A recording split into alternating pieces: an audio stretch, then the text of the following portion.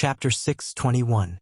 The new gods' use of divine power was different from the old gods.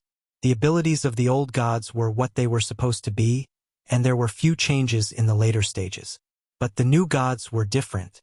What they could achieve in the future depended on personal understanding and development. For example, if the old gods were too reckless and caused major damage, they would be suppressed by the will of the entire world. If the new gods felt that they were not doing anything wrong, they would be fine. Like in the original universe, in order to test the life equation, the Father directly turned tens of billions of people on a planet into monsters. After that, they could not be restored. He could only let Wuxia lead the cavalry to carry out an extermination operation. He thought that he was righteous, so he was fine. The old gods could not do that. It was fine for Athena to occasionally turn people into spiders. But if she turned a city of people into spiders indiscriminately, she would be in big trouble. She might even die in minutes. Thea's money attribute continued to play a role. Not only Apollo, who bore the brunt of it, but even the gods were more or less affected. Diana hurriedly dismissed the Amazons who were watching the show. Their resistance to divine power was basically zero. Several female warriors showed a look of indulgence. What a strange ability! Apollo had underestimated this ability. The direct result was that he missed an arrow and fell into Thea's attack rhythm. Shadows of the whip danced in the air, sometimes left, sometimes right, sometimes up, and sometimes down. The confusing property of wealth was reflected everywhere by her magic. Even Apollo was a little dazzled by it. He could only choose a general direction and use his shooting skills to force Thea to retreat. Countless flashing arrows were shot out by him. The originally starry Mount Olympus was now as bright as day due to the battle between the two of them. Thea was not a Kryptonian. She could not take the arrows full of strong light head-on. After dodging more than 10 arrows, she suddenly had an idea. She moved her soft whip slightly, rolled up the last arrow, and activated her divine power. She directly caught the arrow of the sun in her hand. The divine arrow was attached with energy attacks. After being caught by her, the divine power dissipated, but the arrow could not run away. Thea finally found some of her divine power. Tolerance. Wealth included all tangible things and measured the characteristics of all things. Everything in the world, as long as it existed objectively and could be traded, then as long as the total amount did not exceed a certain limit, it could be collected. So theoretically speaking, she could also create a magical version of the treasure fall coin. This was the first time Thea had thought of creating her own divine artifact. She then began to use her divine power to attack Apollo. Her previous conjecture was not far from the truth.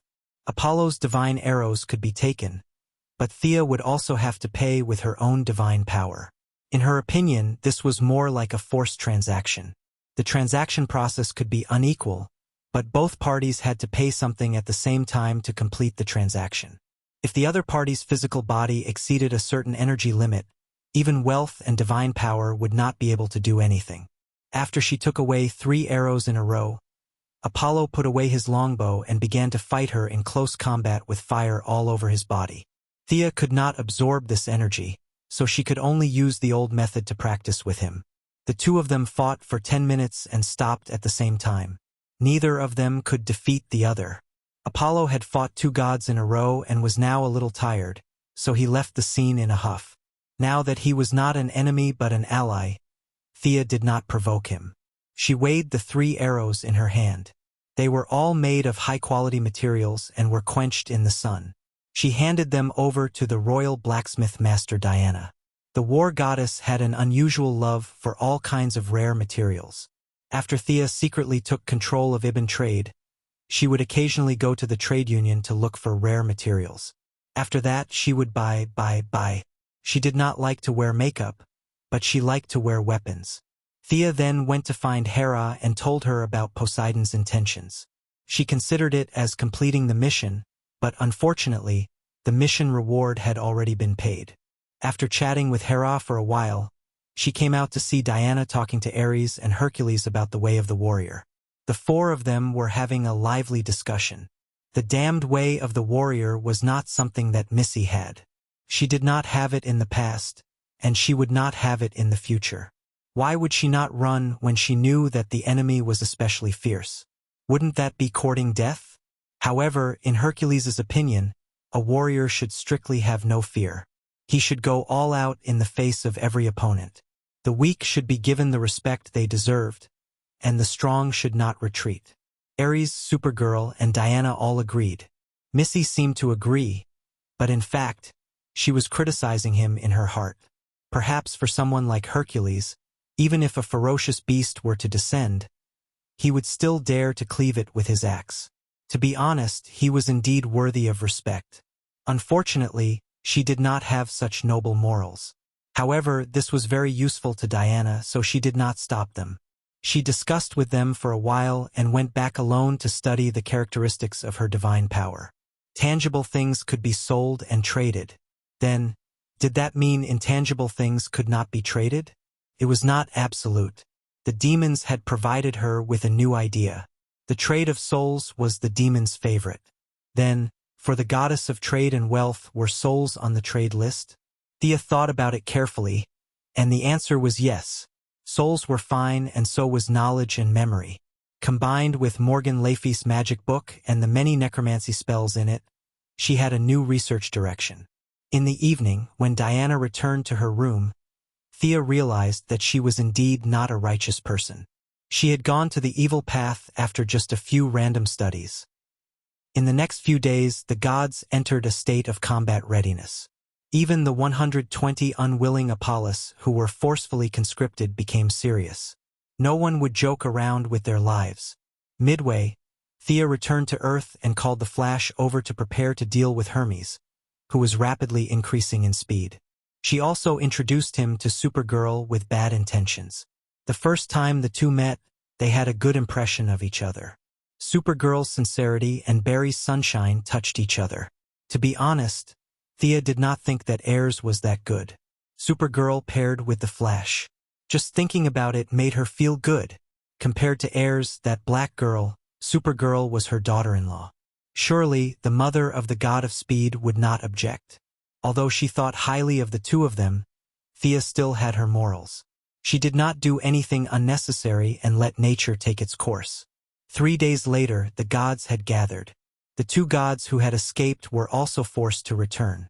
Hera, the god of strength, Hercules, Apollo, the god of sun, Ares, Dionysus, the god of wine, Hephaestus, the god of blacksmiths, Demeter, the goddess of agriculture, and Eris, the goddess of strife.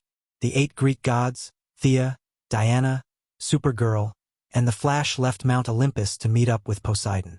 Chapter 6:22. Seeing the huge strength of the gods' allied forces, Poseidon was also a little moved.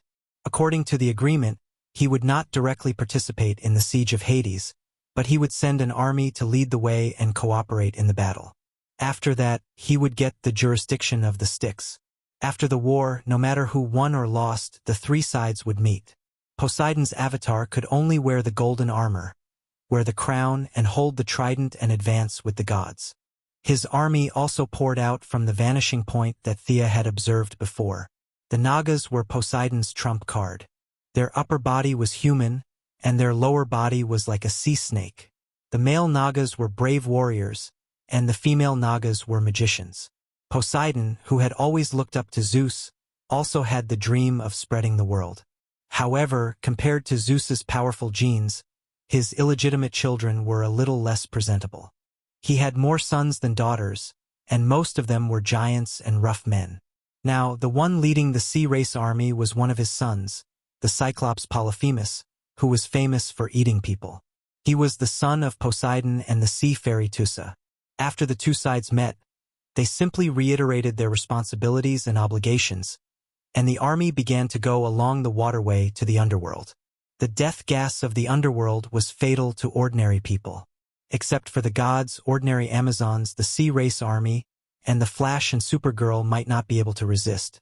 The gods' response was to consolidate at every step, gather the power of the gods to transform the underworld in a short time, and force Hades to jump out to fight. Otherwise, the underworld was vast, and no one could find him. If he refused to fight, then they would transform the underworld directly. Every inch of land lost in the underworld would weaken Hades' divine power. In the long run, it was good news for the gods that he did not fight. The Greek gods were used to being lazy and casual. Even such a serious battle was like an outing. The Flash was a little nervous at first. When he saw so many people and gods and myths, he was shocked and felt like he was in a dream. Fortunately, there was a cute little girl beside him to relieve his tiredness. Are these guys really as described in the legends? Barry asked Supergirl as he pointed at the giants in the group. The little girl shook her head. I don't know much about the myths of their Earth. This was a lot of information. Barry was stunned. You are not from Earth? Kara's face changed again, and finally asked in surprise, Huh? Are you? But why are you so fast? After saying that, Supergirl walked quickly to Thea and said bitterly, Sister Thea, I seem to have been exposed. Sigh, such a naive child. Thea had known Kara for several years. Sometimes, she did not know whether to laugh or cry at this naive child. No wonder the Martian Manhunter had been protecting her. Compared to Superman, Kara was too naive. It's okay. Barry is not an outsider. He's a very kind person. Hearing that he was a good person, Carla happily accepted the answer and went back to chat with her new friend. Poor Barry looked at the front of the team and then at the back. He was depressed to find that he was the only normal person. Thea did not pay much attention to their conversation. She was whispering to Diana. With so many gods fighting against Hades, she felt that she could do nothing. If the battle was intense, she might even go to Hades' treasury to take a look. The Greek gods were interesting. The god of wealth was none other than Hades. All the gold and treasures buried deep in the earth belonged to Hades. It was precisely because this guy was also the Greek god of wealth that Sia had been inciting several parties to fight against this grandson. There were both old and new grudges, as well as the messy struggle for divine power and divine position. Could be said that it was extremely complicated. At this time, Sia was discussing with Diana in a low voice about how to take away Hades' treasury without attracting attention. It would be even better if they could kill this guy silently on the battlefield. Diana could fight against the whole world for the sake of her lover. Now, she was only taking some of her evil uncle's treasures. She had no moral doubts at all, especially since she already knew that Sia's godhood was a treasure, so she had been helping to come up with ideas. As the goddess of wealth, she naturally did not need items such as a space bag to rob the poor and help the rich. All wealth could be transformed into divine power by her, and she could freely convert it back. The goddess of wealth also had a super small plane that Sia named the wealth space. All items that could be classified as wealth could be stored in it. However, it would be ungentlemanly to just rob them. It would be best to make it a transaction, such as robbing the other party's treasure and leaving a copper coin behind. The group of people and gods did not hide their tracks. They walked through the secret passage to the underworld. This secret passage was created by the old man Poseidon many years ago. God knows what kind of grudges he had with Hades. The group emerged from the shallow water. What they saw was a huge, pitch-black river that stretched as far as the eye could see. It was the river Styx. Sia, who had achieved a small success in emotional energy, felt countless negative emotions from the river, such as regret, pain, suffering, hatred, and so on. She winked at Ching Nu, and the other Green Lanterns worked together to form an emotional shield, protecting the ordinary people's minds from being invaded. This river was fatal to everyone, including the demigods. Only special fairies could pass through it. However, the Sea King was not in this area. He could control any place that had water. An interesting characteristic of the Greek gods was that their jurisdiction was very scattered. For example, the wealth that Thea could not forget, Hades had jurisdiction over it. In fact, Poseidon did too. The treasures buried underground belonged to Hades, while the treasures in the sea belonged to the Ocean Emperor. That was the literal meaning, but the actual meaning was different. Hades insisted that the treasures at the bottom of the sea were also underground, and should belong to him. The Ocean Emperor flatly refused, and the two of them often fought over trivial matters. Now, the river Styx in front of them had the same problem. Back then, The three brothers of Zeus drew lots to decide the ownership of the world. Hades was in charge of the underworld, and Poseidon was in charge of the rivers, lakes, and seas. Here came the problem. The river Styx was also a river. Theoretically, it was also under the jurisdiction of the Sea King. However, Hades believed that the river Styx was an inseparable part of the underworld. Since ancient times, the river Styx was a member of the underworld family. The two of them had often argued over this river. However, because Poseidon was slightly weaker than Hades, the scale of the argument had not been expanded. Now, with the help of the gods, he was also energized. Today, he was determined to take back the ownership of the river Styx. This was the entrance to the underworld, and all living beings had to pass through here. If Poseidon were to interfere here, it would mean that all living beings would be related to him. The Atlanteans who believed in him would receive preferential treatment after death, and the believers on the surface would also receive a large portion of the benefits. This was a clear battle of interests, a battle of divine power. Poseidon waved his hand. His ugly sons began to take out the materials they had prepared in advance. They built a giant ship and prepared to cross the river Styx. Chapter 6:23. In theory, only the ferryman could bring people across the river. However, there were no absolutes in the world. Everything had two sides. Absolutes did not exist. Poseidon had been holding back for so many years. Now was the time for him to shine. His subordinates quickly built a huge boat that was 1,000 meters long and 100 meters wide. He was ready to bring everyone across. Thea pulled everyone onto the boat. The Flash, who was full of scientific exploration, wanted to study the composition of the Styx's water. Fortunately, Thea was quick enough to drag him onto the boat. Everyone started to board the boat. At this moment, the gods noticed a small boat rowing towards them from afar. Thea was overjoyed. The gods and demigods who knew the inside story of the Styx were all gloating. The one rowing the small boat was naturally the ferryman of the Styx, Charon. Hades had already contracted this river to him. He paid a certain amount every year and was responsible for his daily expenses. Today, he sensed a large number of living beings entering the Styx. Naturally, he came to take a look. Halfway through, he knew that he was in trouble. The gods did not hide their divine power at all. So many gods were clearly holding swords. They were definitely not here to comfort an old man like him. He had to do his duty. He could not turn back.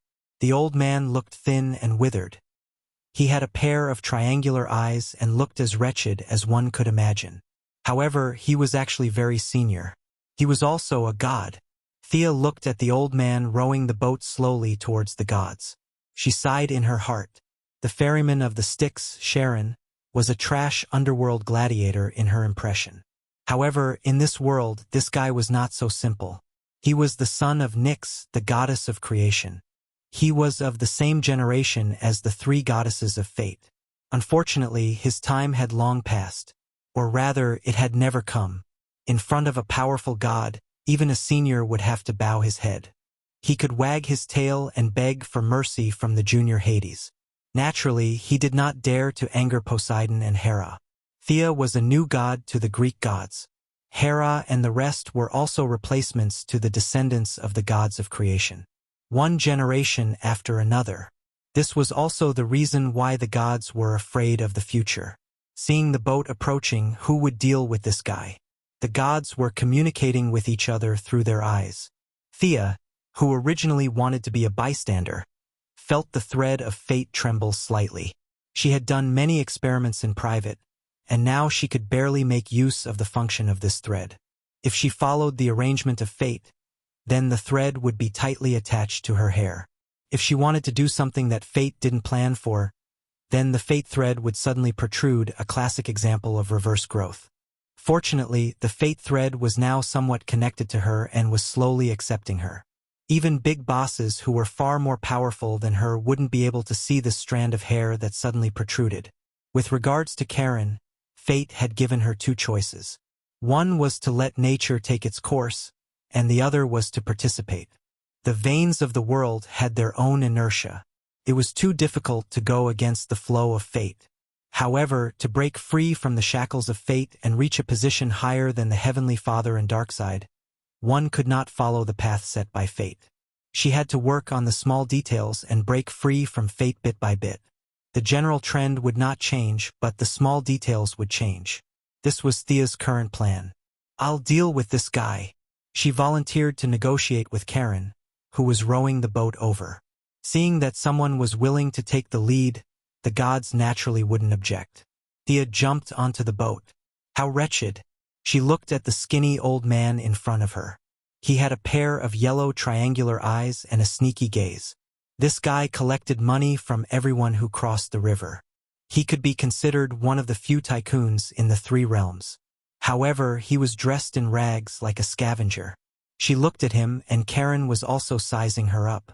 Today, Thea was going to participate in the Greek War of Gods. She changed into the silver-blue battle armor that Zeus had made for her. In order to match Diana's red cloak, she asked Armani to sew a thick blue cloak. She didn't waste the golden fleece that she had obtained earlier. She sewed it around the collar of the cloak. Wrapped in the thick cloak and holding a holy sword, she looked majestic. However, Diana couldn't understand why her lover called cloak a quilt. "Are you going to pay the toll?" Karen mustered up his courage to ask, especially when he saw Hercules sharpening his axe in the distance. In his opinion, this was just a formality. If the other party said that they weren't willing, he would go home and rest. As for whether Hades was dead or not, it had nothing to do with him. Karen was already prepared to row the boat back, but he didn't expect Thea's casual words to make him freeze in place. "We'll pay. How much?" Cold sweat trickled down Karen's forehead. He hated these fellows who didn't play by the rules. With such a large army, shouldn't you just bully a lone old man like me and leave without paying me any attention? Why are you wasting your breath on me? Who cares about Poseidon, Hera, or Hades? You guys can beat them up as much as you want. Sharon is an old man, and he only wants to avoid trouble now. His old yellow eyes started to turn blindly as he thought about how to fool Sia. "Oh, the price is clearly marked. Old man, you're quite serviceable." He pretended to be stupid and pondered. Thea didn't let him go either. Her eyes flashed with the radiance of wealth. Out of curiosity, she pulled out a sign that was neither gold nor silver nor copper from under the deck. She could recognize the words. It was ancient Greek. She immediately read it out. 10 mortals, 10,000 demigods, 1,000,000 gods. Old man, you're really good at making money. Then, under the old man's shocked gaze, Thea used her wealth and divine power to convert an astronomical amount of money to Karen. This amount wasn't small, and it used up a full fifth of her divine power. She handed over a mountain of money to Karen. If it was in the past, this wretched old man would have jumped up in excitement. However, he didn't think so now. Old gods had to abide by the rules. Even if this river crossing fee was added by him and was part of the rules, he had to accept it. Karen accepted the river crossing fee with a bitter face. Thea's face was a little pale. She stared at Karen with a faint smile. If he wanted to earn her money, he had to be prepared to lose his pants. Thea paid according to the rules, which meant that the transaction had begun. He had to follow his rules and send this group of people across the river. "Can't you cross the river by yourself? Why do you have to drag me along? I don't have any combat power." The old man complained. He couldn't help but complain to Thea. His rules were very clear. Bring people across the river. Although Poseidon had a huge ship, in order to show the word bring, he had to paddle a small boat in front. From afar, he looked like a guide. It would be fine if Poseidon won, but if Hades won, the future of this guide would be worth pondering. Others were led astray and mistakenly boarded a pirate ship, but he directly joined the enemy and became a guide. In the past, this kind of people were the worst to be hated by rulers. Chapter 6:24. Sharon thought that being forced to become a thief was already the worst news, but the worst was yet to come. The experience in the underworld was a nightmare that he had never imagined since he was born. The sighing old man looked at Thea sitting on his boat with her eyes closed. He wanted to hit her with a stick, but he knew that it was unrealistic. Unless he didn't want to live, he had to follow the rules. Just as he was sighing and thinking that today was the most unlucky day, some kind of feeling shrouded him. What is it? The old man was the son of the god of creation after all. In terms of seniority, he was the uncle of Hades and Zeus. Although he was weak, he still had some knowledge. This kind of power that suddenly appeared seemed to be some kind of rule that restricted him. Before he could figure out the abnormality, he saw Thea take out a huge stone slab from the void and hand it to him. Why are you giving me this? Sharon took the stone slab and looked at it. On it was clearly written, "Send the gods, Thea, across the river." He was unfamiliar with this extra name. If he wasn't wrong, it should be the despicable woman that he wanted to hit the river with a stick. He focused and continued to read. One party paid, and the other party provided service. It was written very clearly. When he saw the last line of the agreement, he thought that he understood the other party's sinister intentions. If I don't send you across the river, I have to compensate you 10,000 times the loss? The old man pointed at the line of small words and asked stiffly, "You must be eyeing my property, the goddess of wealth of some divine system?" Old man Sharon felt a strong sense of wealth from the agreement. Although he had never seen the new god, he could still judge the nature of the divine power. The conclusion was obvious. The other party was eyeing his money. She was eyeing the hard-earned money that he had earned as a ferryman for tens of thousands of years. However, he didn't know how the other party came up with the punishment clause. This kind of method that could be implemented without his consent was too strong. Anyway, he didn't plan to go back on his words. He would just take them across the river. 10,000 times the compensation? What a joke. Thea had paid an astronomical figure. The crossing fee included 2 gods, more than 10 gods, hundreds of demigods, and hundreds of thousands of mortals. It was a huge number. Multiplying this number by 10,000? Sharon felt that he couldn't afford it even if he worked for tens of thousands of years. It was just crossing the river. I'll just take you there. He felt that Thea's methods were mysterious and unfathomable. In fact, this was a new application of the Genesis. The subject of the transaction did not change, and the transaction item did not change, but it could add a note without the other party knowing. Originally, Thea couldn't have added it directly since she was also a party to the transaction. However, she was able to borrow her own talent, the power of will within the order scale. This mysterious power was capable of drawing out the origins. Now that she had faked an outsider to the transaction and proposed changes, the main body immediately agreed, resulting in the final version in Karen's hands. The other party thought that Thea was interested in his small amount of money, which was an insult to her taste. This document was only a restriction. There was nothing above the river Styx. From time to time, there would be spirits of the dead swimming around in the water. The small boat was in front, and the huge ship was behind. They slowly moved to the other side of the river. The mortals were resting with their eyes closed, and the gods were also making their own preparations. The water of the river Styx affected them somewhat. Among them, Apollo was the most irritable. This environment was the complete opposite of his job, and he couldn't wait to purify the entire river. The group leisurely reached the other side of the river. The journey was extremely smooth. Although the gods were not afraid of falling, it was still troublesome. If the mortals fell, they would basically die. The large group began to disembark. Hera was discussing with Poseidon about the plan of attack. Sharon looked at Thea in horror, only to see her sitting calmly on the boat, with no intention of getting off. Sharon had a bad premonition. He pointed to the shore, meaning that she should get off. Thea stretched out a finger and shook it lightly. Your ability to understand is worrying. You still have to carry me. Our transaction isn't complete. Huh? The old ferryman was confused. Weren't you here to crusade against Hades? Are you not on the same side as them? Do I have to send you back? He couldn't be blamed for being surprised.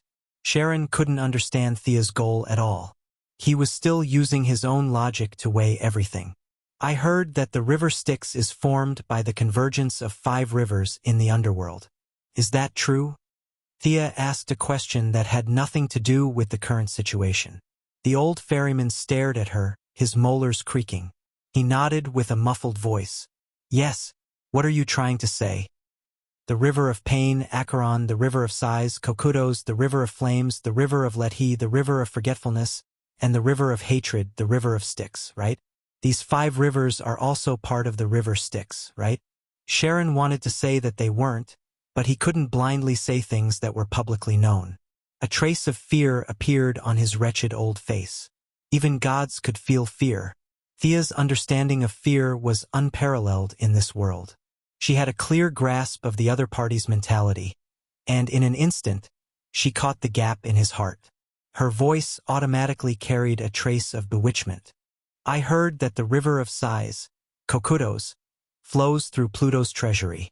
Am I right? You want to go to Pluto's place? Sharon was a little shocked by Thea's audacity. So what you want isn't my treasure, but Pluto's? In an instant, he thought of many things. Should he go against the agreement and sacrifice his life's earnings to send this woman away? Or should he bring her to rob Pluto's treasury? He didn't know that Thea had pried open a crack in his heart. This thought suddenly appeared in Karen's mind. If it was in the past, he would have carefully considered it. But now, he decided to sacrifice Pluto's treasury to protect himself.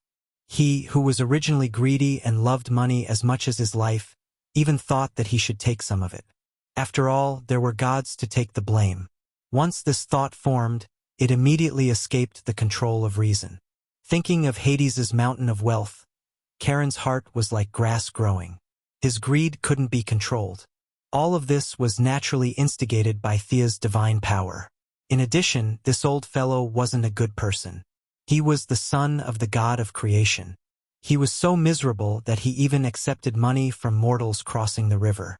Thea didn't have any psychological burden in tricking him. Sharon didn't know that there was an even bigger pot waiting for him to take the blame. He anxiously looked at the gods discussing. He couldn't wait to lead the way himself. You guys hurry up and fight. I'll go take Hades's treasury. Thea wouldn't be blinded by wealth. She was very calm and called Diana over. The two of them used the old man's boat as a cover. The interior of the boat was also a subspace. Each of them left an incarnation to follow the main group while their main bodies hid in the boat. While the gods were discussing, they leisurely sailed towards the distant tributary of the river Styx. Chapter 6:25. Under the leadership of Hercules, the gods began to push into the depths of the underworld. Hercules was one of the few gods who had come to the underworld and returned unscathed. Now, this fierce general who had entered the underworld for the second time was holding a thirsty axe to clear out the miscellaneous soldiers who came to stop the enemy. Later, the gods began to purify the underworld. Among them, Apollo contributed the most. When his scorching light swept across, the unconscious dead would be turned into ashes. Those who still retained their consciousness would join the alliance of the gods. Not long after the gods began to move, Hades could no longer sit still. The underworld was the source of his power. With every bit of it gone, his power would weaken. He had no choice but to fight. Hera, Poseidon? Haha, I didn't find trouble with you, but you came to me on your own accord. It's been a long time since we brothers and sisters gathered together. I really miss those days. Just like how Sia and Hera had wreaked havoc in the underworld, a huge face made of blood appeared in the sky. Facing the alliance of the gods, he was not afraid at all. Hades, the gods ask you to surrender. We can give you the respect you deserve. Hera held Zeus's lightning spear in her hand and assumed the posture of a divine king. She really did look like one.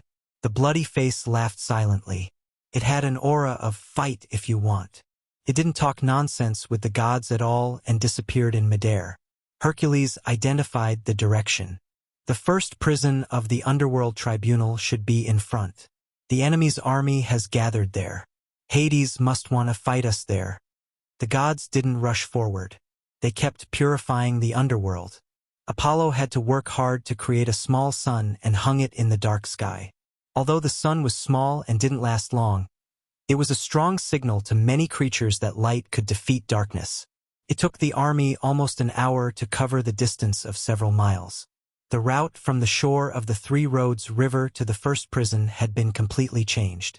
Even if they won this battle, Hades would have to spend a lot of time and energy to get rid of Apollo's divine power. The underworld tribunal, which was made entirely of obsidian, finally appeared in front of everyone. It was solemn and majestic. All the dead had to pass through here. But now, this magnificent building had been transformed into a war fortress. Many undead armed with bows and spears were stationed here. Outside the fortress, there was an army that stretched as far as the eye could see. The gods did not look at the miscellaneous soldiers. They were the enemies that the Ocean Emperor's subordinates needed to deal with. Instead, they looked at the gods opposite them.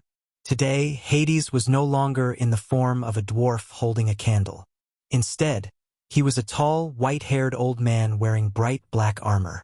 At this moment, he was holding two halberds and looking at the gods with disdain. This old man seemed unconcerned, but in fact, he had sent out his main body. Thea's incarnation thought to herself. This was good news for her to infiltrate the depths of the underworld.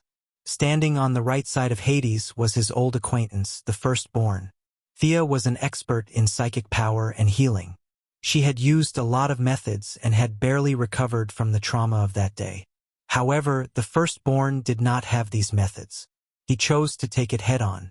In the eyes of Thea's incarnation, the Firstborn looked ferocious, but in fact, his injuries had not fully recovered.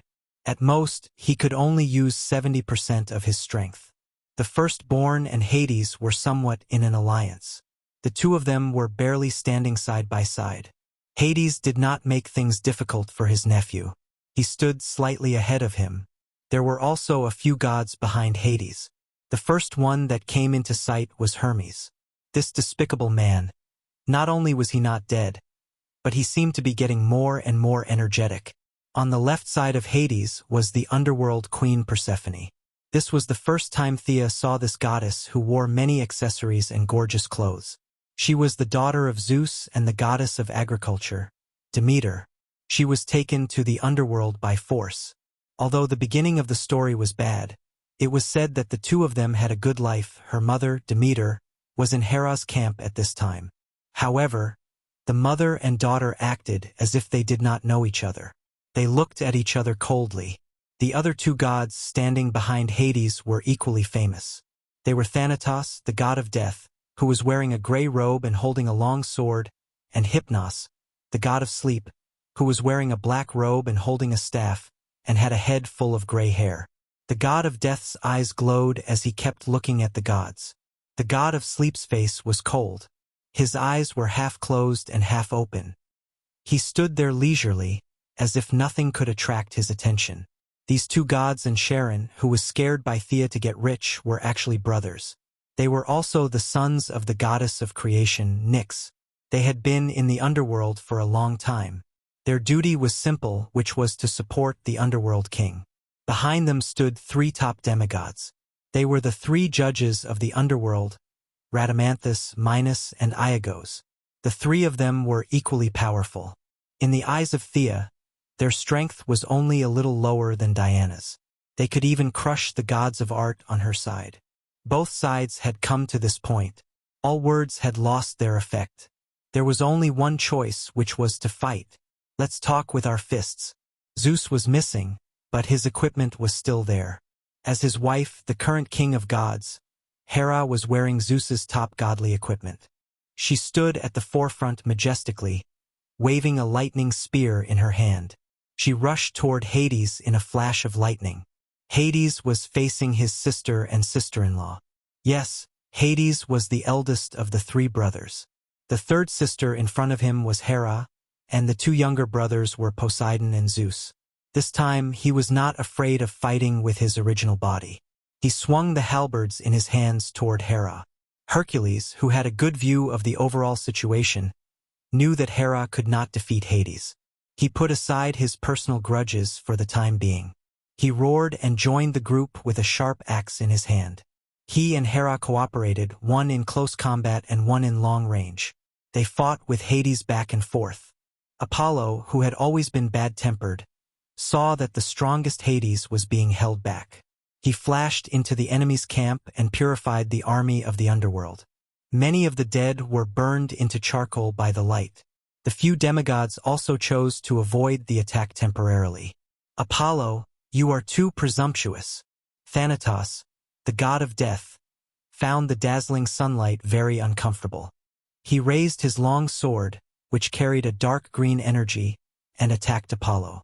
Old man, if you want to die, I will fulfill your wish.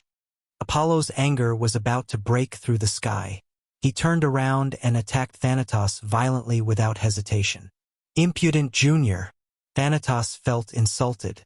After all, he was the son of the goddess of creation. Even Hades was Thanatos's nephew, not to mention the juniors under Apollo. Thanatos's body was full of death aura. He faced Apollo's scorching flames head-on. He had lived for a long time, but the power of a god had nothing to do with seniority. On this battlefield, excluding Hades, who was the fiercest, and Supergirl, who could completely defeat him, Thea and Poseidon were clones. The firstborn was seriously injured, and Hercules was weaker than him. Apollo could be said to be the strongest. In the original timeline, he could become the god of death and fight Hades and Poseidon on his own. As long as Apollo did not encounter any Kryptonians, he had enough confidence. His attributes were superior, and his divine power was more powerful. After a dozen moves, he had beaten the god of death, Thanatos, to a pulp.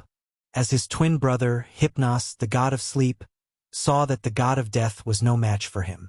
He also joined the battle and fought Apollo together. Only then did they manage to maintain a stalemate. As the few big shots began to fight, the battle slowly began. Thea and Diana's clones looked at each other and understood each other's intentions. Together with the other Green Lanterns, they went to fight their old enemy, the Firstborn. Chapter 6:26. In order not to let the gods find any clues, their real bodies had been hiding on the boat with the divinity of confusion. Sia left the holy sword and quilt with her doppelganger. Relying on their numbers and the fact that the Firstborn was injured, the prideful Firstborn did not want to risk his life for Hades. Both sides were holding back. They seemed to be fighting fiercely, but in fact they were very conservative. The gloomy Hermes noticed Sia's weakness. His eyes flashed and he wanted to sneak up on her. However, as soon as he took 2 steps forward, he was stopped by a golden lightning. Barry, who was wearing a red anti-friction suit, looked at him with a smile. Damn it! Hermes cursed in his heart. What did he see? What an unconventional speed. So it's you. Hermes said something that Barry couldn't understand. At this moment, he had forgotten about Sia and Hades. He only knew that the person in front of him was the one who almost killed him, the one who had to beg Hades for mercy. Perhaps if he could obtain Hermes' speed, he could become the speed god again. Barry didn't know that he was secretly mocking Hermes. Keeping in mind the task that Sia had given him, all he had to do was to stall this Birdman. He also didn't plan to fight Hermes head-on, so he started to run wildly with his 2 long legs. Hermes pulled out a shiny thin sword from his staff and chased after him. Hades shouted at him twice, but he did not hear. Of course, Supergirl would not watch her new friend being chased. Her speed could catch up with the 2 of them. The 3 of them chased and ran in circles around the battlefield. It was very lively.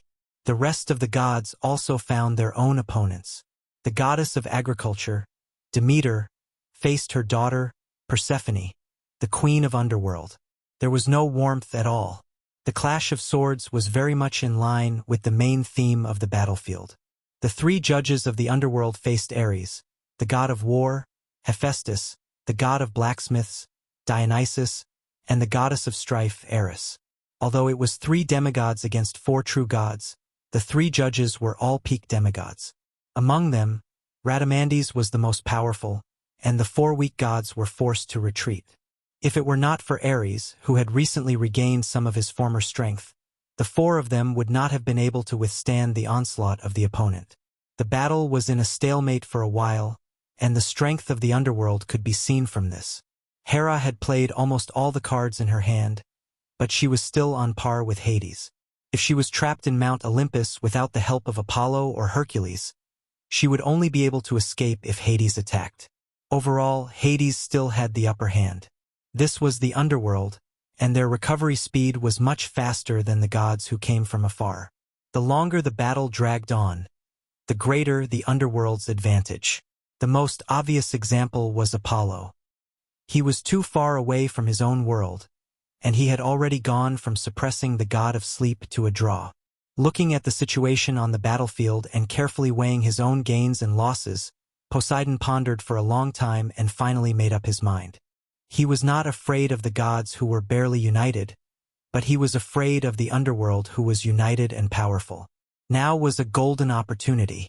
With a wave of his hand, he ordered his rough giant sons to join the battle and help the gods.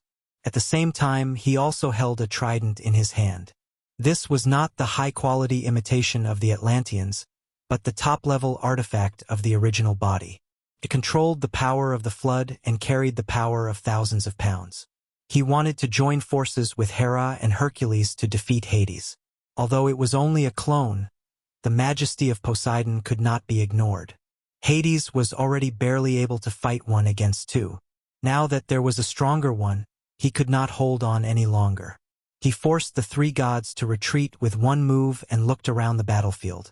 The army of the Amazons and Poseidon were attacking the army of the dead, so this battlefield did not attract his attention.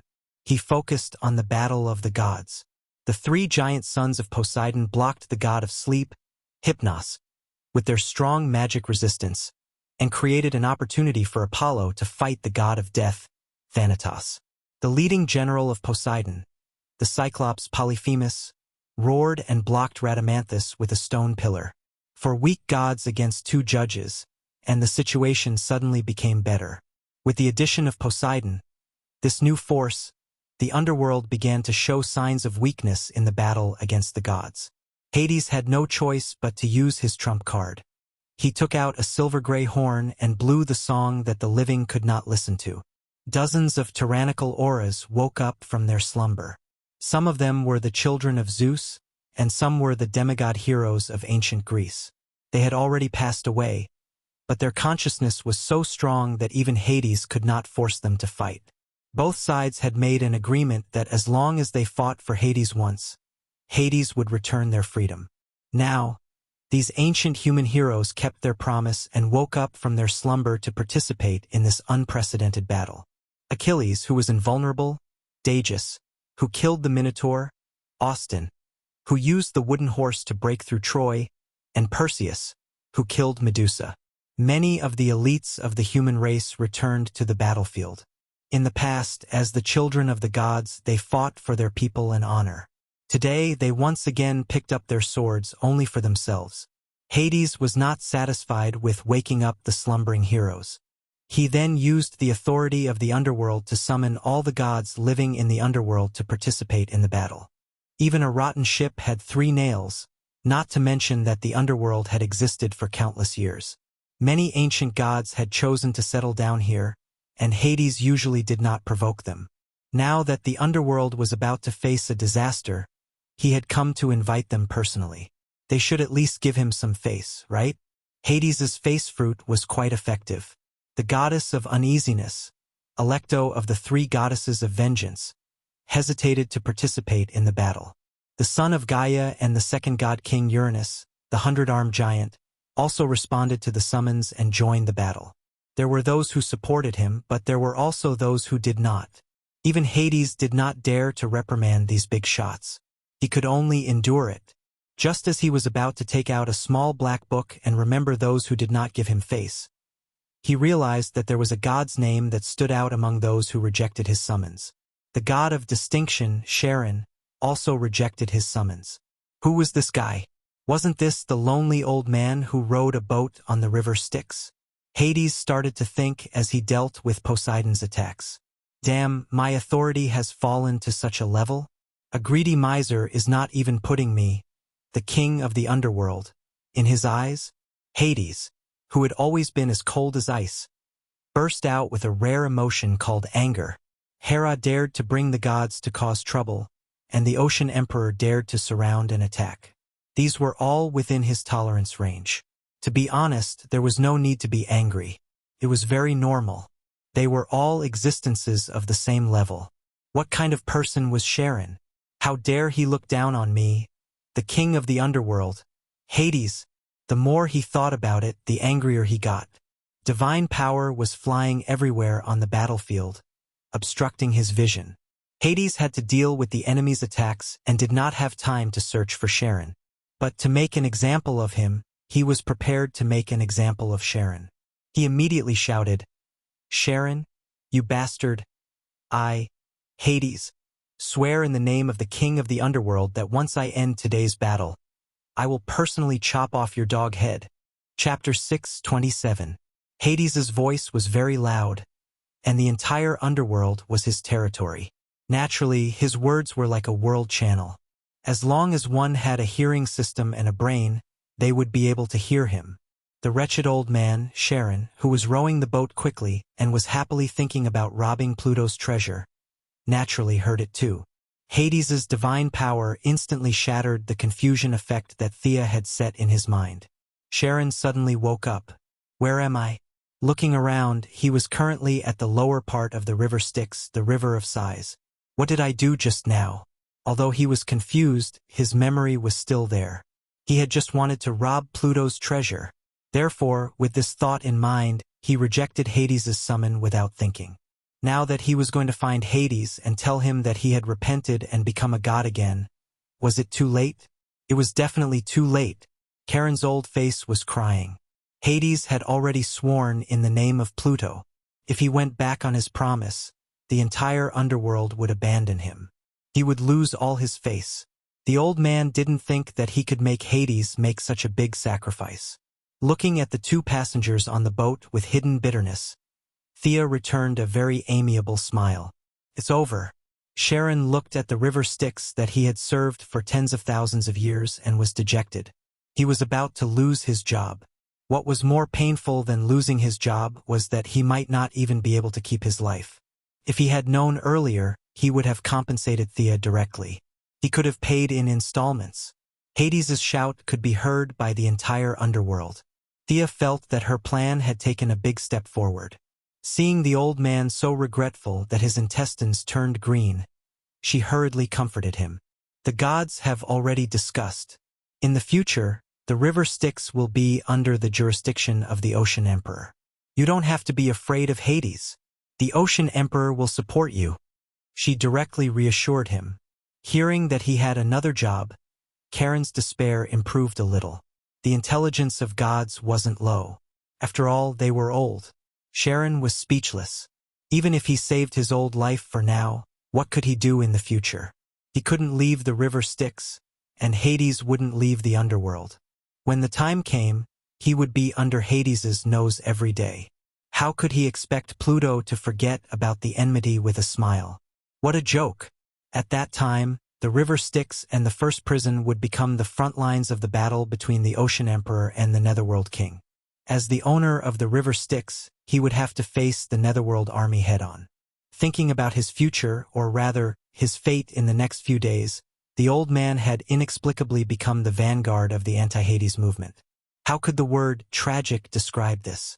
But no matter how hard he thought about it, he couldn't think of a good way to get out of this predicament. He was like a flying insect trapped in a spider's web, surrounded by hunters sharpening their knives. The choice that fate gave him was to happily spend the last few days of his life. As for what happened after that, it was up to fate. As the saying goes, since you can't resist, you should enjoy it. What was the happiest thing for the old man? That was money. Was there any place in the land that could tempt him more than Hades's treasury? Anger rose in his heart, and evil grew in his guts. He might as well not rest until he was dead. He might as well go and snatch it himself.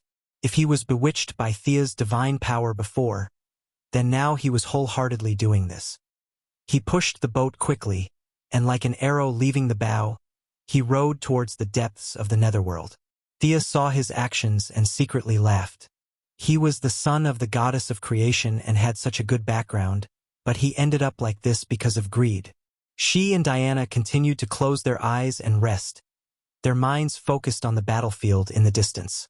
With the help of many heroes and gods, Hades's decline was finally reversed. However, he had a trump card. Hera had inherited all of Zeus's treasury, so she wasn't just for show. She pulled out a sword from her waist and chanted an incantation loudly. In an instant, wind and thunder roared, and a large patch of dark clouds appeared out of thin air, covering tens of thousands of miles of the sky in the battlefield of the gods. Lightning flashed and thunder roared, and large balls of lightning raged between the clouds, occasionally attacking the creatures on the ground. However, due to the negative energy of the dead on the ground, the chances of them being struck by lightning were much higher than ordinary people. Zeus, all the creatures of the underworld, including Hades, were the focus of attention. The divine power contained in the clouds was no stranger to the brothers and sisters. It was left by Zeus. In the brilliant divine power, they seemed to see the mighty god king again. Needless to say, this was left to guard against Hades.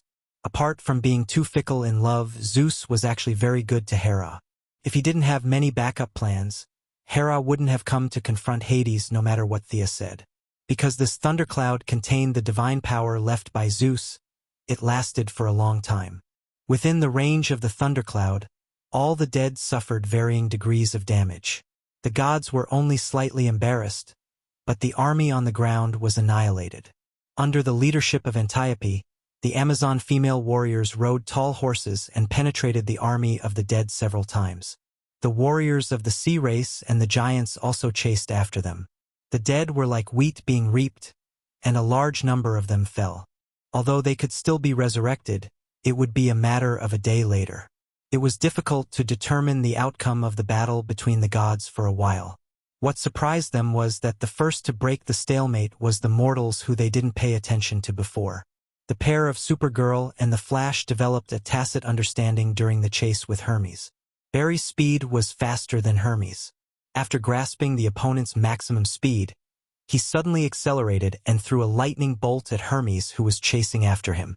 This kind of attack didn't cause much damage to Hermes, but Supergirl, who caught up later, hit Hermes with all her strength.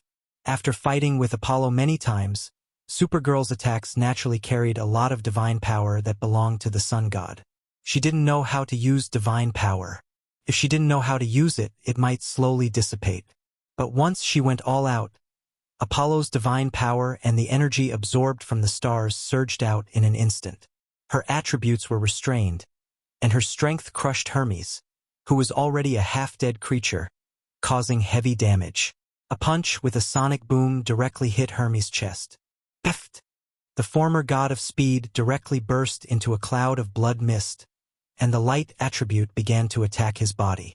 Hermes opened his eyes and glared at Supergirl. "You!" Seeing that he could still speak, Supergirl, who was afraid that she had hit him too hard, was quite happy. Sister Thea didn't lie. These guys' bodies are really strong. It was a very depressing thing to live by suppressing one's strength every day. Seeing that Hermes could still speak, this guy was obviously fine. There was nothing to say. Let's give him another punch. After one punch, Hermes, who was pretending to be a tough guy, lay in the mud and completely fainted. Chapter 628. After dealing with Hermes, Supergirl, and the Flash split up. The Flash went to help the Amazons, while Supergirl went to help her old friend Apollo. Apollo, who had the upper hand, was shocked when he saw a red cloak flying to his side. He was traumatized by Supergirl. When he knew that she was here to help him deal with Thanatos, he snorted unhappily. Although she was not a god, Supergirl's attack naturally contained the energy of a star, which was very effective against Thanatos. Facing two unreasonable human-shaped suns, it was only a matter of time before Thanatos was defeated. At the same time, in the depths of the underworld, Thea's small team, rob the rich to help the poor, also arrived at the door of Pluto's treasury. Seeing the two women stepping on the land on the shore, Sharon, the boatman, finally breathed a sigh of relief. The transaction was completed, and the shackles of the divine power were gone. However, he was not happy at all. He, who had not been ashore for tens of thousands of years, thought of Pluto's treasury, and his heart seemed to be lit with evil fire. After a little hesitation, he also jumped ashore. The pitch-black door was so heavy that it seemed to be able to stagnate the air. Hades' treasury was not only big, but it was also built very widely. Just a rough estimate of the area covered was comparable to a street in Star City. Even Diana, who was not greedy, could not help but be amazed. How many treasures did it take to build such a huge building to be a warehouse? I want 30% of the treasures. Sharon, who had a pair of triangular eyes, was even more dazzled by money at this time. He almost forgot his surname. Thea was very unhappy. How dare you talk about money with the goddess of wealth?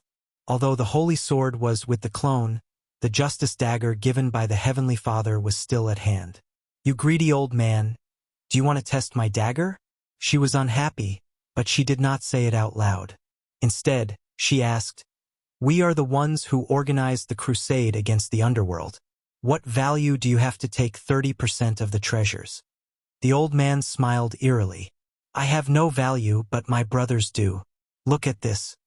As he spoke, he took out a token with the unique symbol of the sleeping god, Hypnos, and a pair of wings covered in feathers. Speaking of this token, it was a very long story. At first, Hypnos thought that Sharon was his half-brother, so they had to keep in touch with each other, so he gave him a token. But later, they found that this brother was too unbearable. He only cared about making money, which was simply unreasonable to the extreme in the eyes of the gods. What was the use of money to the gods? They tried to persuade him several times, but to no avail. Sharon only had that little hobby. He didn't care about anything other than small amounts of money. As time passed, Hypnos had long since given up on his half-brother. You can just count money in the sticks. It had been so long that both parties had forgotten about this matter. Now that Sharon was pushed to the edge of the cliff by Thea and Hades, he finally thought of his brother. However, he wasn't a kind person at all. He didn't want to ask his brothers for help or put in a good word for them. What he wanted was to use his brothers as scapegoats. Using Hypnos as a scapegoat? This idea sounded a little ridiculous at first, but it wasn't difficult at all. Could even trigger a chain effect on the battlefield. Thea secretly calculated. Her original plan was to force a deal with Hades and leave him with a copper coin. Now, with Karen's enthusiastic help, things could develop more harmoniously and orderly. Thea immediately changed her original plan. Hypnos and Thanatos were twins. If Hades had a conflict with his right-hand man, the scene would definitely be very funny. She would get the treasure and let someone else take the blame. This business was completely feasible. How about this? Let's sign a new final agreement. All the coins of the sticks will belong to you. What do you think? Thea pulled out a slate from the void and prepared to do a second business deal with Sharon. Sharon trembled when he looked at the slate, but his greed suppressed his fear. He read the contents in trepidation. All the coins belong to me? You don't want any of it? What we want are weapons, treasures, and anything that can increase our strength, Thea said honestly. Sharon pursed his lips, indicating that he didn't understand. Coins were the best thing in the world. Why would these two women want those weapons and treasures? Crazy. Thea also didn't understand why this guy was so obsessed with money. Was it because of some psychological trauma in his childhood? After looking at each other in disdain, Sharon confirmed that Thea wouldn't add any additional agreements and finally agreed to the deal. After completing the new agreement, Thea signaled to Sharon that it was time for him to show his worth. As the three of them hesitated at the entrance of the treasury, the guardian of the treasury finally got up slowly. Cerberus, the three-headed hellhound. All the three-headed hellhounds were its direct descendants. Its current duty was to guard the treasury of the Styx. However, for thousands of years, the surrounding area was a forbidden area. It was used to slacking off and didn't realize that strangers had come. Thea and the others discussed for a while. Only then did the three-headed hellhound realize its duty. It stood up shakily, wanting to see who had disturbed its sleep. This fellow wasn't beautiful at all. Thea narrowed her eyes and glanced at it. It had 3 ugly heads, 6 ferocious eyes, and a tail that didn't look like a cute dog tail. Instead, it looked more like a snake's tail. In any case, it looked like it was going to be chopped up.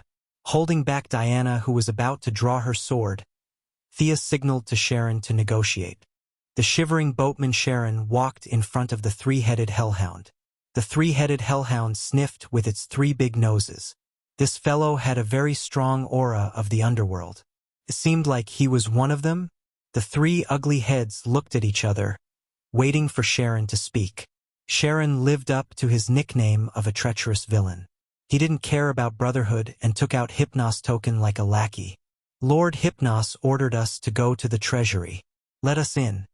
Actually, Sharon had the thought of leaving Thea and the others behind and taking the treasury for himself. However, he quickly dismissed the thought. Hades already had a death feud with him. If he offended Hera and Poseidon as well, would he still be able to live? At that time, even if his mother, the goddess of creation, appeared, she wouldn't be able to save him. As it turned out, Hypnos' token was quite useful.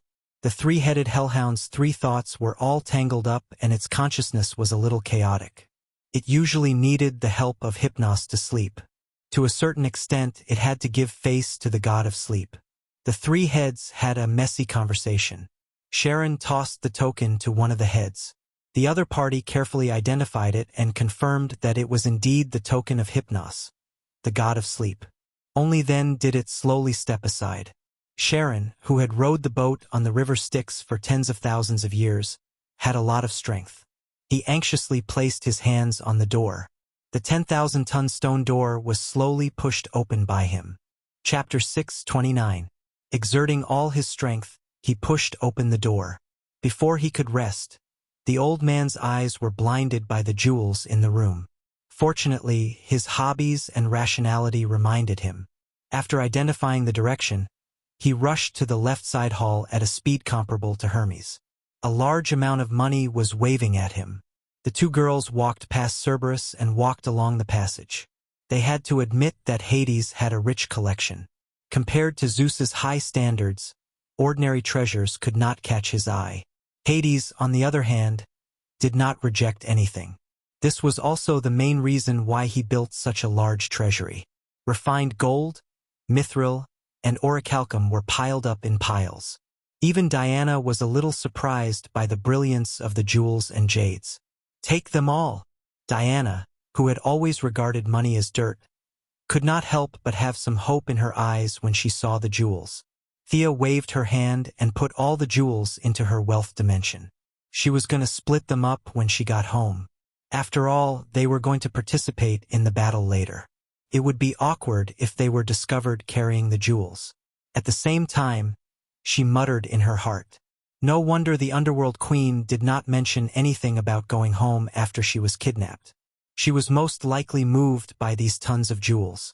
Along the way, their eyes were filled with the weapons and armor of ancient warriors, demigods, and gods. There were also magnificent works of art. There were also divine weapons, demigods, quasi-divine weapons, and many magic equipment. They even saw a huge set of armor. According to Diana's appraisal, this was the armor of the second god king, Kronos. The two girls, of course mainly Thea, were as happy as mice that had fallen into a rice bowl. No matter what it was, they put it all into their wealth dimension and looked at it carefully when they got home. Wow, so beautiful! The long-legged goddess suddenly stopped walking. Thea followed her gaze and could not help but be stunned. Not far away, for unusually strong black warhorses were looking at the two girls. Behind the four horses was a luxurious chariot. Hades' chariot. Thea was a little surprised. Can we take this away? Diana also asked carefully. This thing was alive, so it definitely couldn't be put into the wealth space. Besides, it was Hades's personal belongings, so he would definitely sense it if the two women took it away. However, Diana really liked these horses. Her eyes were fixed on Thea. To be honest, eldest Mrs. Love for horses was just that. It was better to drive a car than to ride a horse. These horses were not the cute type. However, for the sake of Diana's happiness, it was not too troublesome. She could take anything she wanted, but she had to change her method when it came to this object that was close to Hades and was a living creature. Forced buying and selling. This was her response. She took out another stone slab and threw it on the ground. This was considered a deal with Hades. One side of the deal was naturally the Pluto. On the other side, Thea did not leave her name. Instead, She left behind a character number from the creator star. From a macro perspective, this number also represented Thea, so it was not considered a scam. Hades only needed to personally go to the Heavenly Father to verify it. Thea left behind a copper coin, which was considered a forced deal. Unfortunately, Hades was being beaten up by a group of gods in the distance. He had no time to pay attention to such a small fluctuation of divine power. The 4 strong horses were originally looking at the 2 women warily. After the deal was completed, their expressions immediately became playful. 2 of them even had fawning expressions. I want this one. Valkyrie happily chose a mare. In order to accompany her, Sia also chose a mare. As for the remaining 2 stallions, she didn't want to waste them. She put them into the space ring and let them keep the elk company. Since the horses were taken away, they naturally would not give up on the chariot. Thea felt that after today, Mr. Hades would no longer need a chariot. Wherever the 2 women went, not a single blade of grass grew. This was such a rare opportunity. They almost dug up the floor tiles. At this time, Cerberus could no longer sit still. Didn't they say that they were only here to take something on Lord Hypnos' orders? Why did it take so long? The 3 heads began to argue again. However, Hades had given strict orders to this guard. In order to prevent him from stealing, Hades had ordered him to not enter the treasury several times. Sharon was so greedy that he could ignore Hades, but Cerberus was not that crazy. He was worried that the people inside would not come out, but he did not dare to enter.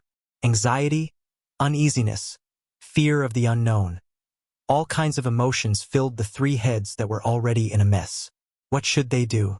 In the end, they came up with a solution that was not really a solution. They would not go in and just watch from outside. That would be fine, right? Along the door that Sharon opened, the 3 heads stood side by side and peeked behind the door. Thea and Diana had already walked into the depths of the treasury, so Cerberus could not see them. However, they discovered a busy figure in the left side hall. Old Sharon was full of energy. His footsteps were like the wind, and his body was full of energy. Although he loved money, he did not have much space ring. He could only use his divine power to wrap up the coins and move them out bit by bit. Was he tired? Running back and forth dozens of times was definitely tiring, but he was extremely happy. Regardless of whether he was a human or a god, wasn't happiness the most important thing? As the son of the goddess of creation, he loved small amounts of money. It was a hobby that did not affect the big picture. In the past, he would happily accept a few copper coins from a dead person. But now, facing the wealth that Hades had accumulated over tens of thousands of years, he was so excited that he wanted to jump up and down. Old Mr. Sharon was right under the 6 eyes of the Cerberus, moving the money over and over again. He was preparing to move all the money onto his ship, then lie down and sleep in the pile of money. Beautiful. What was this fellow doing? The Cerberus outside the door did not have any concept of wealth. At first, it was not clear what Karen's goal was. It was only when this fellow was like an idiot, mumbling to himself about his goals and motives, that the Cerberus finally understood. This fellow was actually a thief. Unfortunately, the loyal Cerberus could not go in. It was extremely anxious and could only pass the message to the Netherworld King. It had been asleep for too long, and with the heavy responsibility of guarding the ship, the Netherworld King did not summon it to participate in the battle. Thus, it did not know that its boss was being ganged up on. In order to tell the truth, or perhaps to shirk responsibility, it also sent Hypnos token over.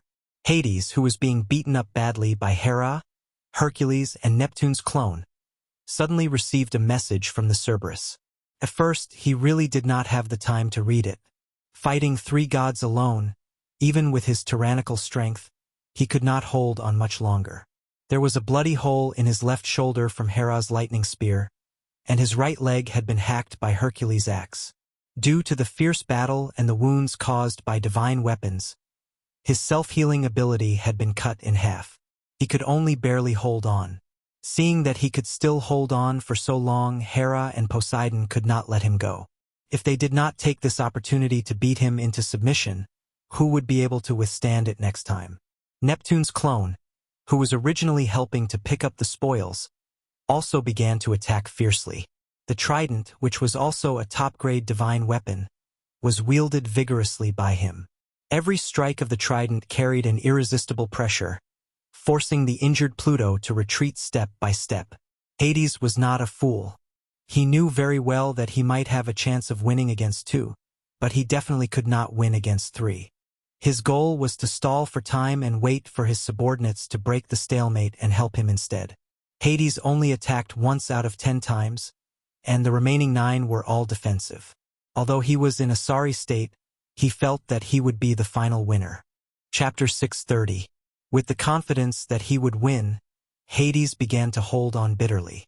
It was only when the Cerberus sent him a second message that he managed to use his divine sense to scan the situation. He was really busy this time. He flew up and kicked away the Sea Emperor's trident, knocked the Hercules' axe aside with a punch, and used his twin tridents to block Hera's lightning spear. When he scanned it with his divine sense, he was given a fright. Sharon, what the F***CK? Was this guy's guts too big? Normally, he would lick his shoes whenever he saw him. But today, he actually burst forth with unparalleled courage. He had just said that he would teach this guy a lesson, but this guy didn't hide and wait for death. Instead, he turned around and robbed him. If he was defeated by Hera or Poseidon, it wouldn't be a humiliation. After all, they were all brothers and sisters. But now he was being bullied by this old guy. Hades couldn't accept this. He had known that this old guy loved money since 10,000 years ago. But how did he have the guts to commit such a heinous crime? Very soon, the Cerberus sent him a command token. His eyes narrowed. Hypnos. The reason he was so daring was because the Death God and Sleeping God brothers were backing him up? Was this what Sharon was relying on? Hades instantly thought of the answer. While he was being attacked from all sides, he automatically filled in the blanks. Was Hypnos plotting a rebellion? Was he colluding with the gods? Had the brothers made some kind of deal with the gods behind his back? The more Hades thought about it, the more afraid he became. After all, the Death God and Sleeping God brothers had always been his left and right hands. Their prestige wasn't inferior to his. Thoughts surged in his mind, and he couldn't help but look at the Death God and Sleeping God brothers. The two brothers were fighting side by side against Apollo and Supergirl. In addition, Sea Emperor's 3 giant sons were also helping nearby. The two brothers had a tacit understanding of each other and worked together seamlessly. It was already fortunate that Supergirl Apollo didn't fight with her own people. Thus, even though it was 2 against 5, they still looked quite calm. If it was before he received the message from the Cerberus, Hades would feel that Sleeping God's attacks were extremely graceful and agile.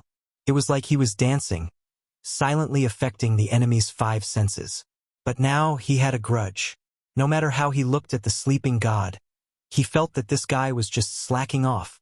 He had been beaten black and blue by the 3 gods, and he had been waiting for reinforcements. Yet they had been taking their time with the enemy. Hades's expression was a little gloomy. After exchanging a few more blows with the 3 gods with an ashen face, Hades relaxed a little and was heavily slapped in the face by Hera's spear. Only after receiving a real slap in the face did Hades shout, "Thanatos, come and help me." God of Death and God of Sleep were a little stunned. The direct result was that God of Death's elegant gray robe had 2 holes burned by Supergirl's heat ray. The 2 brothers were in a hurry to regain control of the situation. They were very puzzled. You need support when fighting against 3, but we don't need support when fighting against 5? In addition to the commanding tone in Hades's voice, the 2 brothers were very unhappy. Their seniority was high, their abilities were strong, and the brothers were of one mind.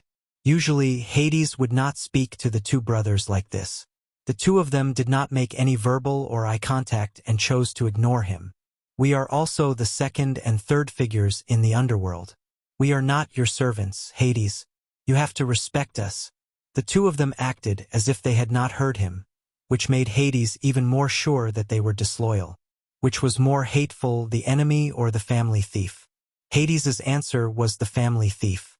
In particular, he knew that God of Death and God of Sleep were very prestigious. Many of the underworld's fighting forces were under their command, which made Hades even more afraid. Now, he had used all his trump cards, but he was still beaten badly by the allied forces of the gods. Was it because of their secret obstruction? The more Hades thought about it, the more frightened he felt. He wanted to frighten his subordinates and let them know who the real boss of the underworld was. Taking advantage of the time when he was competing with Hercules, he flew up and came to God of Death and God of Sleep. He shouted gloomily, "Hypnos!" Ah! God of Sleep, who did not know the truth, thought he was going to say something. He turned to look at Hades. However, what greeted him was a black double-pronged halberd. The halberd was sharp, and Hades's eyes showed a cruel light. "He wants to kill me." Hypnos did not know why Hades would do such a thing in front of the two armies. He only knew that he had to dodge. During the Trojan War, Hypnos, the god of sleep, had done a sensational thing.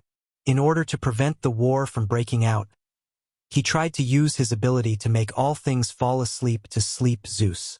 Unfortunately, he failed and was directly banished to the underworld.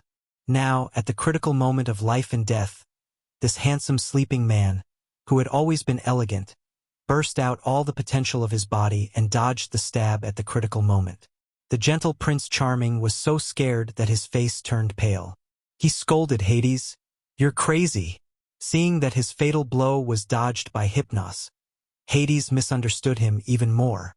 He felt that Hypnos had been hiding his strength to give him a critical blow. He snorted and released the real power of Pluto. He wanted to take down this traitor in the shortest time and use it to frighten all the gods of the underworld. Unfortunately, he underestimated the telepathy of the god of sleep and the god of death.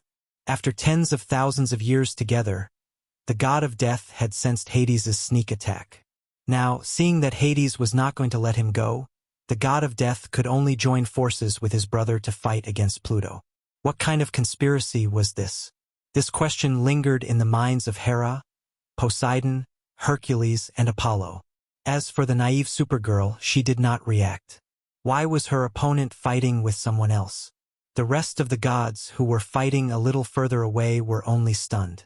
The head of the three judges, Rhadamandes, who had already suppressed the Cyclops, was affected by the shock and was hit in the face by the Cyclops' rod. His handsome face was a little twisted, but he did not care about his enemy. He did not understand why the boss of the underworld was fighting with the second and third at this critical moment. This was going to be the end of him. Thea's doppelganger, who was playing with the firstborn, received a message from the main body. It was not difficult to figure out the truth. Money moved people's hearts. It could only be said that Sharon, a nobody, had inadvertently become the key factor that determined the outcome of the war. Thea's doppelganger hurriedly reminded Hera. Now, they had to prove that the two brothers could not clear their names even if they jumped into the Styx. If the underworld was divided into two, it would be a miracle if they could still win. When Hera received her message, her eyes were initially filled with horror. Although it was a little unbelievable, she did not lose anything by saying a few words. She immediately shouted, "Thanatos, Hypnos, I, Hera, swear that as long as you help us take down Hades, I will accept you on behalf of Mount Olympus. I will let bygones be bygones." Chapter 631. Hera's heart was thumping wildly as she said this. It was truly because of the strength of these two brothers. If either Thanatos or Hypnos were to be singled out, they would be able to tie with Hera, who had yet to become a god king. If the two brothers worked together, they would even be able to fight a god king. This was evident from the fact that Hades, who was wielding his halberd like a windmill, was unable to take down the two brothers. Unlike Sharon, who was alone, they had many demigod children and a large number of subordinates. Now, the second and third prisons of the underworld were under their control. As long as the two brothers were pulled to their side, they would win this expedition. Hearing Hera's straightforward words, Poseidon was a little stunned. He did not know the cause and effect of the incident, but he knew how to rope people in. However, he did not have the status of the central government like Hera, so his efforts were not as effective. Hera and Poseidon spoke at the same time, which was another signal in the eyes of the gods of the underworld. They were indeed colluding. The subordinates of the god of sleep, the god of death, looked at the allied forces of the gods and their former comrades, and began to think about their own positions. Apollo looked at Hera with a strange face. He had always been unconvinced by Hera, but now he was a little frightened. He did not believe that this was a coincidence. He imagined that Hera had secretly colluded with the two gods. The two brothers could not only help the gods defeat Hades, but also intimidate him. He clicked his tongue in his heart. Hera's means were silent. He did not know that she had such a delicate plan. Hades thought that he had exposed the two brothers' traitorous faces in advance and vented his anger on them. The halberd in his hand moved faster and faster. Up until now, the two brothers still didn't know what had happened. However, even a person made of mud would have a temper. Unlike Karen, who had no great ambitions, they were gods with dreams and abilities. As the sons of the goddess of creation, they were of noble birth and didn't lack scheming. It was only because of their bad luck that they ended up in their current situation. Deep in their hearts, they did not think that they were worse than Hades. In the face of Hades's fierce attacks, they had to think about their future. Should they change their allegiance, or should they become kings? This time, the two brothers communicated telepathically. They quickly reached an agreement and communicated with Hera. Mount Olympus was the center of the gods.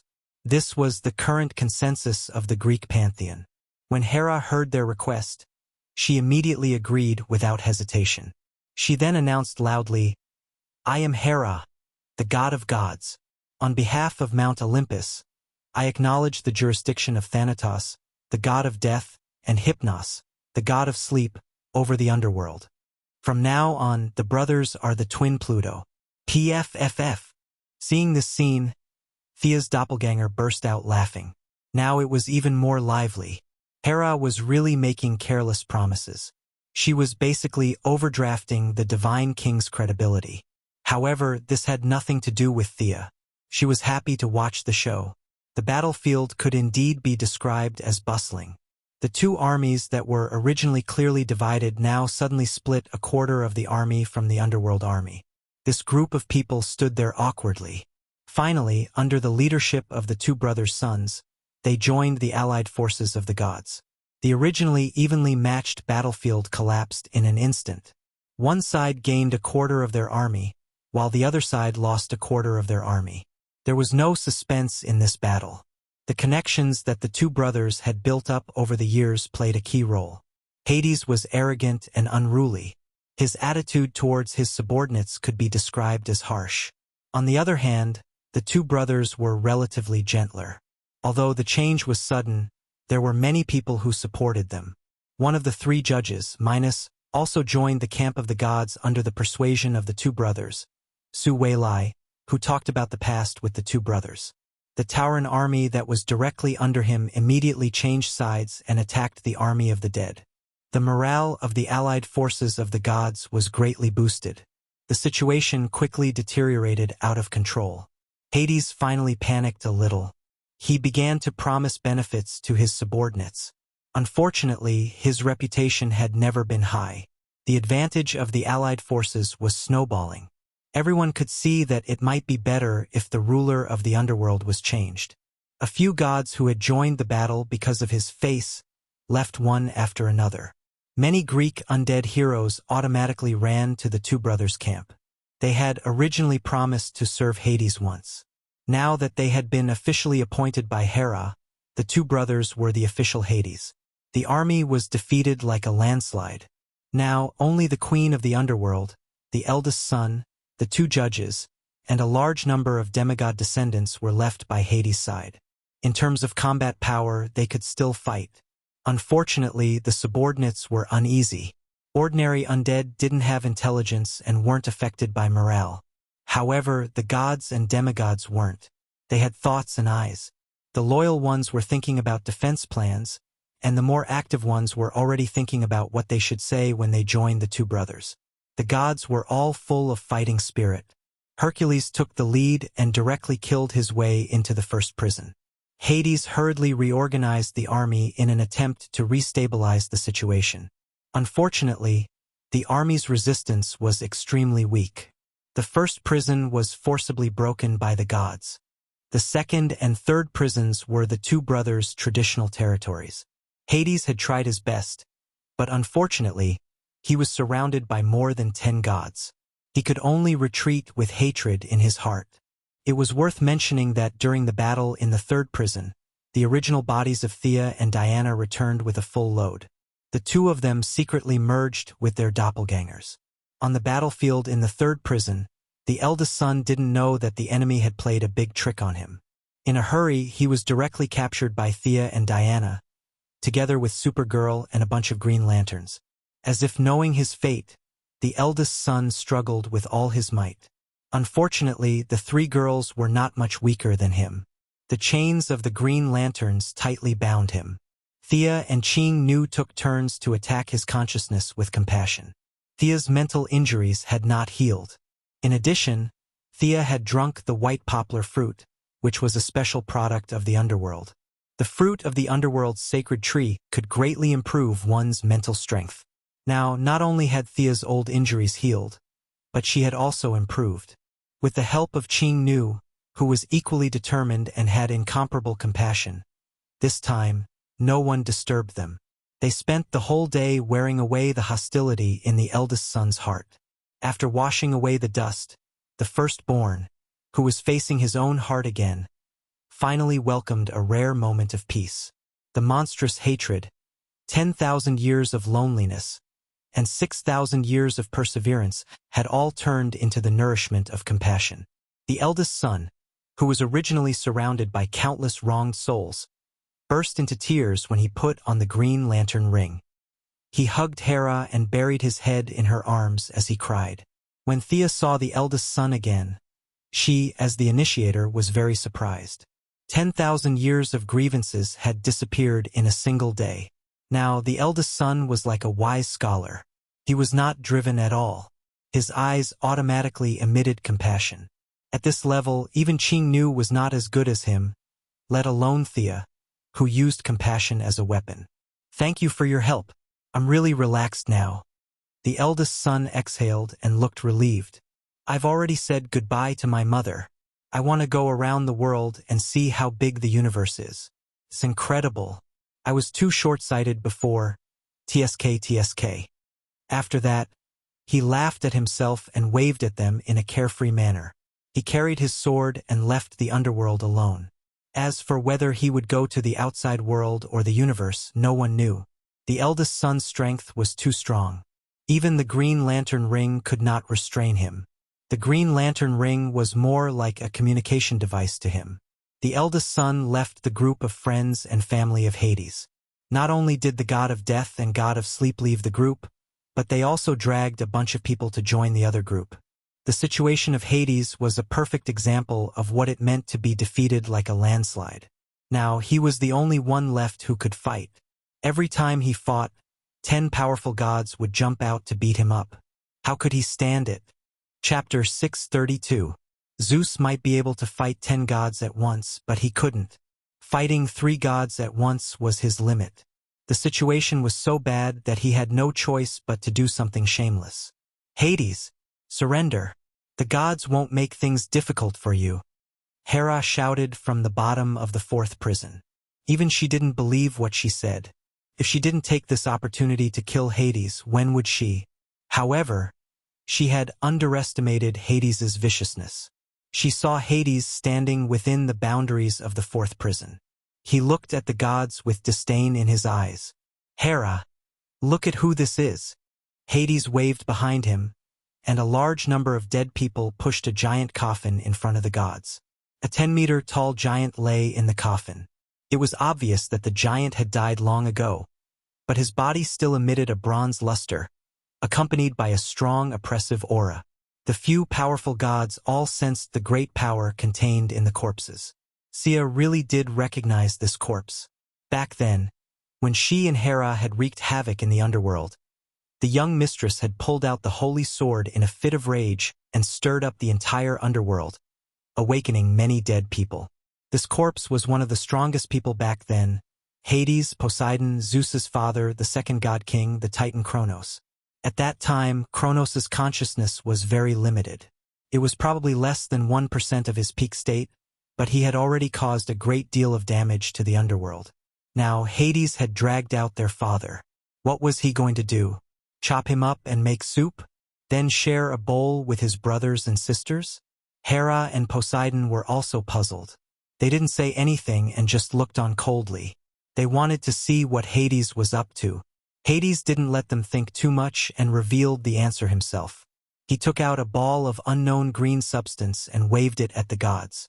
This old thing's soul is still in my hands. As long as you take a step forward, I will revive him. With a body and a soul plus my authority of Hades, Kronos can be revived. Do you dare to bet with me? Let's see if this old thing will kill you first or hit me first. At this time, Hades's hair was disheveled, and he looked like a madman. When Sia saw this scene, she clicked her tongue.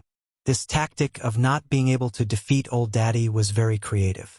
In the outside world, the reunion of father and daughter would be a joyous occasion, but it was not the case for the King Greek gods. Their father was not benevolent. Kronos was afraid that his children would overthrow him. Every time his wife gave birth to a child, he would swallow the child into his stomach. Similarly, his son was unfilial. Zeus overthrew his father and saved his siblings. After that, he silently killed them. From the huge hole in Kronos' chest, it could be seen that this was done by Zeus. No one else had the ability to do so. Now that Hades was really anxious, he threw out a huge bomb. If you guys hit me again, I'll resurrect my old man. Today, there was no Zeus to deal with Kronos. This former god King Titan was filled with rage, and he could easily crush the gods. Mount Olympus had taken everything away from him, and Hades had resurrected him. Hades was betting on Kronos' attitude and the gods' fear of the Titan King. His ruthlessness had indeed shocked the gods. Hera, who was astute in small matters, immediately hesitated. Once Kronos, the son of Gaia, was resurrected, he would definitely absorb the power of the underworld to recover his divine power. It would be difficult for the underworld to escape. However, Mount Olympus and Hera would be the ones to take revenge. In fact, Hera already had the intention to retreat, but she was too prideful to admit defeat. She lowered her head and pondered. Hades looked at her nervously, his heart in turmoil. If he could live a good life, he would not want to resurrect his old man. The amount of divine power needed to resurrect a god king of this level was simply astronomical. Even if he was the king of Hades, borrowing the power of the underworld to do such a thing was not low risk. Even if he was resurrected with his old man's character, he might turn around and eat him. No one could be sure. The cards had been played. It was now up to Hera to choose. Poseidon looked at the scene coldly. Kronos was the son of Gaia. He hated the sea, so he was the least stressed out among the gods present. Hades held the remnant of his father's soul in his hand, his heart uneasy. He was the most stressed out among the gods present. Seeing Hera unable to make up her mind, he felt bitter. Fortunately, someone finally spoke up to persuade Hera. "Retreat, Hera." A woman in a t-shirt and shorts, dressed like a modern person, walked out of the void with an owl perched on her shoulder. She was holding a baby in both hands. The sudden appearance of the woman shocked all the forces. "Who is this woman?" The Flash looked at the woman and asked the little beauty Kara beside him. It was difficult not to notice this modern person in a group of ancient armored people. Kara was usually a little muddle-headed, but the Kryptonians had a good memory. She stroked her cute chin and thought for a moment. "I think she is Sister Diana's former employee, but I remember Sister Thea said that the child she was carrying was Zeus." Such a complicated interpersonal relationship made Supergirl frown. The Flash was also dumbfounded when he heard this. He decided to just watch happily. They did not have divinity, so they could only watch the show. However, the gods present still recognized the woman's true identity. "Athena!" Several gods shouted at the same time. That's right. This woman who suddenly appeared with a baby was the cause of everything a year ago. She was Diana's former employee, Miss Zora. Of course, now that her divine soul had awakened, Zora's 20 years of experience was nothing compared to Athena's enormous past. It was directly assimilated. Back then, it was because of her and Hermes's respective plans that they had pulled Diana into this whirlpool. Unfortunately, due to Hermes's repeated interference, the original plan did not even have a trace of its shadow. Hermes was severely injured and imprisoned by the gods, and she had long retired to the third line to give birth to a baby. With a helpless expression, she sat and watched the situation develop to such a strange state. She silently gave birth to Zeus's Smuff, but faced with such a complicated situation, even the goddess of wisdom was very puzzled. How did things develop to such a stage? Originally, she was hiding in the dark, sorting out the situation, analyzing the causes and results, and trying to redirect the situation to her desired state. Unfortunately, Hades's desperate gamble had completely messed up her plan. If Kronos revived, everyone would be unlucky. Hera felt that she would bear the brunt of it. In fact, Zeus's hatred was the greatest. Zeus's main body was now sleeping, and he was creating a Smuff again. Could be said that he was at his weakest. The gods could not find his hiding place, but the second-generation god-king, Kronos, could. At that time, facing his son, Zeus, who could not resist at all. Should Kronos braise him or steam him? Chapter 633. Athena had no choice but to step in personally. Things were already bad enough. She couldn't let it get any worse. Hades didn't expect his big move to expose Athena. When Hermes brought the mortal Miss Zola to the underworld, Hades didn't see anything special about her and didn't take her seriously. Now, reality slapped him in the face. This woman was Athena's incarnation. The problem became complicated. There was an even bigger conspiracy behind his niece. It didn't take much intelligence to figure it out. Hera, Apollo, Eris, Diana, and Thea, who pretended not to know anything. These gods who participated in the battle for Zola on Paradise Island all looked at Athena in confusion. Athena enjoyed the strange looks of the gods. In the past, she would be proud of her intelligence. Now she only felt bitterness. The war should end here, she said to Hera earnestly. In the past, Hera's attention was usually on Zeus's illegitimate children. This was why Athena was so nice to her. However, now that she enjoyed the taste of power and the sense of accomplishment of commanding an army to decide the direction of the world, Hera's jealousy was washed away. She couldn't be jealous even if she wanted to because Zeus had too many illegitimate children. More than half of the 12 main gods were illegitimate children. There were also many demigods on the battlefield, such as Diana and the ancient Greek heroes who had joined them. Even Hades's queen of the underworld and the 3 judges of the underworld. All the handsome demigods were basically Zeus's children. Now, she was leading a bunch of her husband's illegitimate children to fight her own brother. If she was her usual self, she would have died from anger. Thus, she enjoyed Athena's respect. She looked at the baby in Athena's arms with a strange expression. She didn't feel anything strange. But how was this possible? How could Zeus and Athena give birth to an ordinary person? Athena must be plotting something. Hera was sure of this, but this wasn't the time to talk about it. Hera looked at Hades again. Her cold expression returned to being dignified. Okay, the war of gods ends here. When she said this, she was very happy. Could the era of Zeus attack the underworld? He couldn't, but she could. Your Majesty, what about us? If she wants to retreat, the god of death and the god of sleep will suffer. Even Hypnos, the god of sleep, is a little anxious. When you retreat and Hades comes to settle the score, what will we do? Hera was indeed clumsy when it came to the overall strategic direction, but she had been doing this kind of thing for thousands of years and was extremely experienced. She immediately comforted the 2 brothers and once again used her name as the Divine King to guarantee that the 2 brothers' current interests would not be harmed. The 2 brothers had no choice but to follow the gods back to the 3rd prison. Over the next few days, Athena acted as the middleman and mediated between the 2 sides. After tireless efforts, they finally finalized the final agreement. Athena was speechless when she saw the agreement that she had worked so hard to broker. As the loser, Hades suffered the most.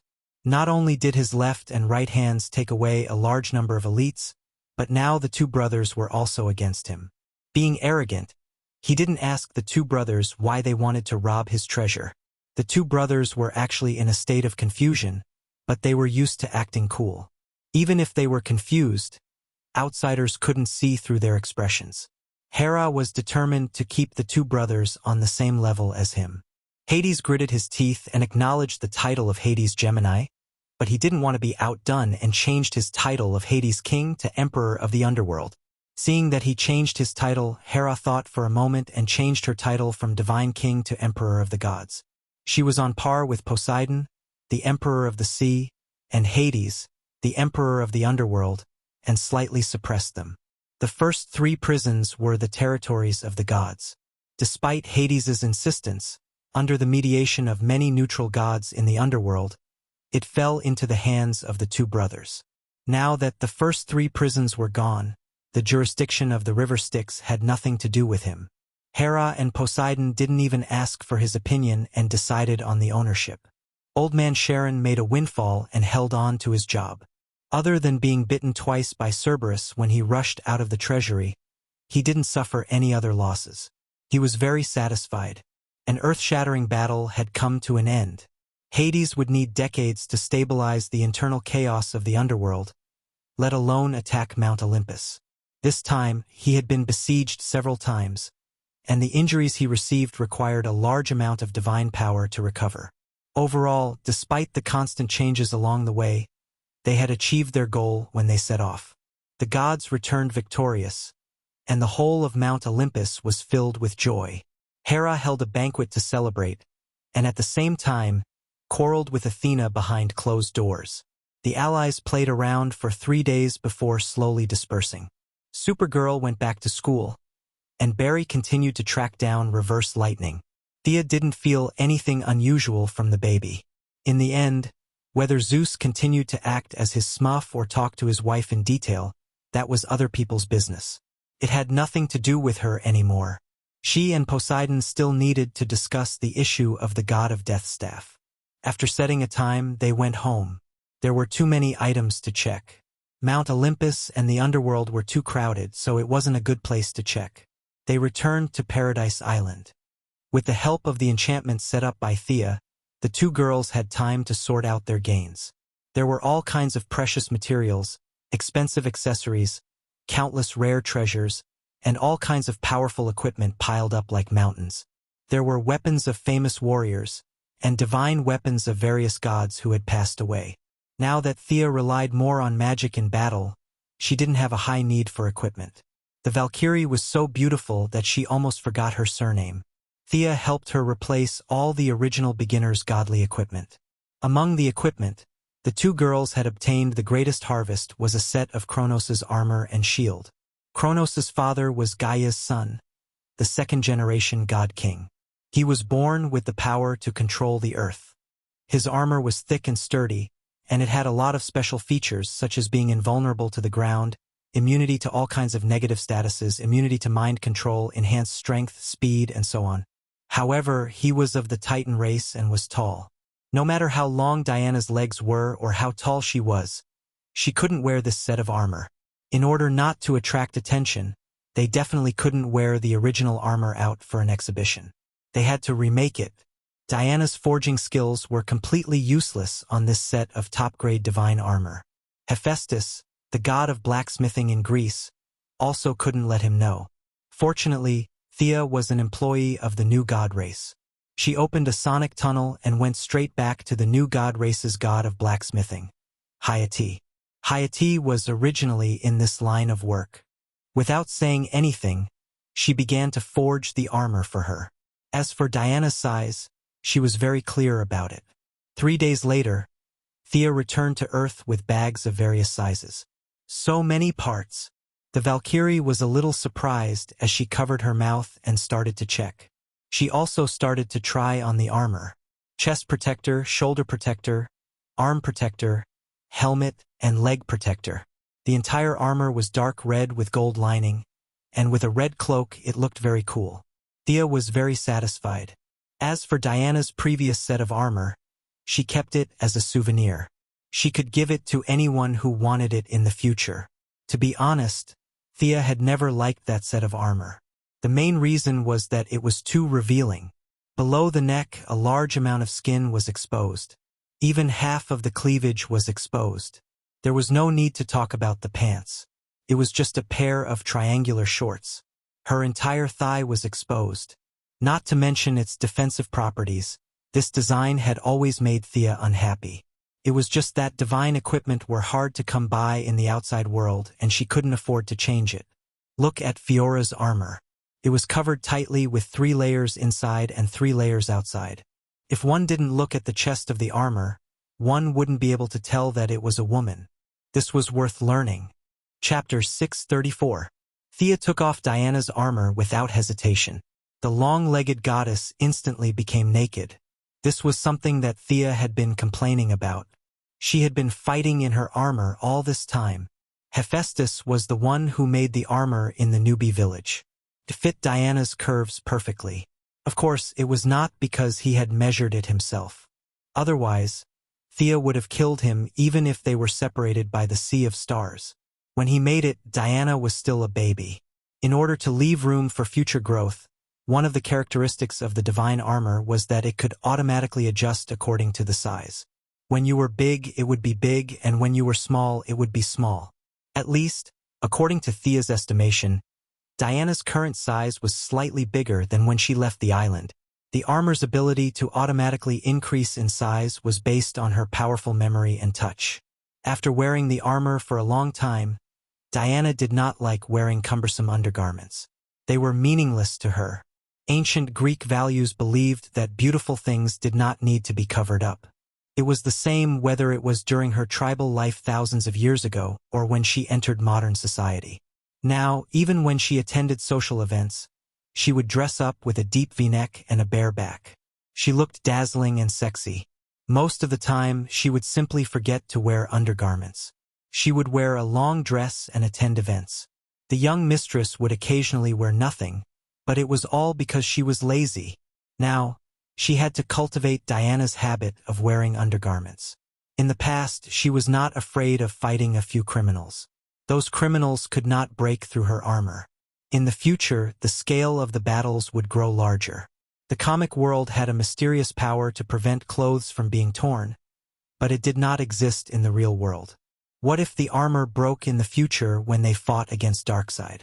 Wouldn't it be a great opportunity for others? Must I wear it? Diana asked with a frown. Of course. There are many benefits. Thea held a bra that Aramani had woven with spider silk and divine threads as she spoke cheerfully. Diana looked at her with a faint smile. Oh, what benefits? Prevent irrelevant people from peeping? Could this be considered a benefit? The young mistress racked her brains, but she really couldn't think of any benefits at the moment. As for things like preventing sagging, promoting growth, and ensuring blood circulation, these were all nonsense to them. Seeing that her eloquent lover was at a loss for words, Diana laughed heartily. The indescribable thing on her naked chest also shook twice, making the eldest Mrs. Hart itch. Laurel, Babla, and the others don't seem to wear it either. They all wear Kevlar combat suits, so I think you're... Diana laid out the facts and reasoned. Finally, she pointed at the underwear in Missy's hand and shook her head. Her meaning was self-evident. Thea felt helpless at the mention of this. The female superheroes and villains here basically wore tight clothes. There were many people like Ching Nu, who wore a small singlet on top and 2 curtains on the bottom. The heroines in Gotham were fine, but Star City's Laurel, in order to completely separate herself from her daytime identity, wore leather clothes, fishnet stockings, and long boots. She was completely different from her daytime image as a lawyer. After thinking about it, there were still many problems with female superheroes. They would need to be fixed in the future, but Thea decided to start with herself. She forcefully explained, "They all appear at night, unlike you. From today onwards, I will supervise you. You must wear it." "Are you really going to wear it?" "You must wear it." Diana took the underwear and looked at it. She had to admit that Diana's craftsmanship was not bad. She was at least a full-fledged tailor. She was also born in Greece, so her aesthetic was completely in line with Diana's standards. After thinking about it, the goddess retorted, "You still have to wear it." Thea talked nonsense with her for a long time, but she couldn't win against the goddess of war. She could only surrender helplessly. Okay, I'll wear it too. After taking off the quilt, Diana saw that she was also wearing nothing. She laughed silently and proudly raised her nose. Thea picked a few pieces and then realized the problem. These were all prepared for Diana. She didn't prepare anything for herself. She had magic and the light ring, so there was no possibility of her clothes exploding. She reluctantly chose one, but realized that it wouldn't work after putting it on halfway. A mischievous thought appeared in her mind. She looked at Diana flirtatiously and said playfully, "Oh, it seems a little tight." Diana was furious. "Thea Quinn, you say that again. How preposterous. Even the good-tempered goddess of war couldn't take it anymore. How could you not even put on half of the underwear prepared for me? This is too infuriating. What else can you say? A little tight? It's your skin that's too tight." "How is it tight? I think it's loose. Here are all gaps." Diana fiddled with it angrily. In the end, she had to admit that it might be a little tight. The two girls had different chest shapes. Thea was originally slender. Now that she was a goddess, her body proportions had reached a perfect level. From the shape, it looked like a beautiful water droplet. The bottom half was fuller than the top half. It looked trembling and full of temptation. Diana, on the other hand, had the traditional Greek shape of Venus. From the side, it looked like a semicircle. From the indescribable points, her upper half was larger than Thea, while her lower half was smaller than Thea. This made it so that Milady could put it on at first, but it was a little tight in the end. Took her a long time to put it on. Seeing this, the goddess of war was very unhappy. "I want to ascend to godhood too," Diana roared in her heart. She had never been so desperate for a perfect divine body. Since Milady set the example, Diana could only put it on speechlessly. To be honest, she was really not used to it. The two girls agreed to supervise each other. Only then did this little episode come to an end. After playing around for a long time, she finally remembered that there was still the armor. Thea put on a t-shirt and sat aside to watch Diana try it on.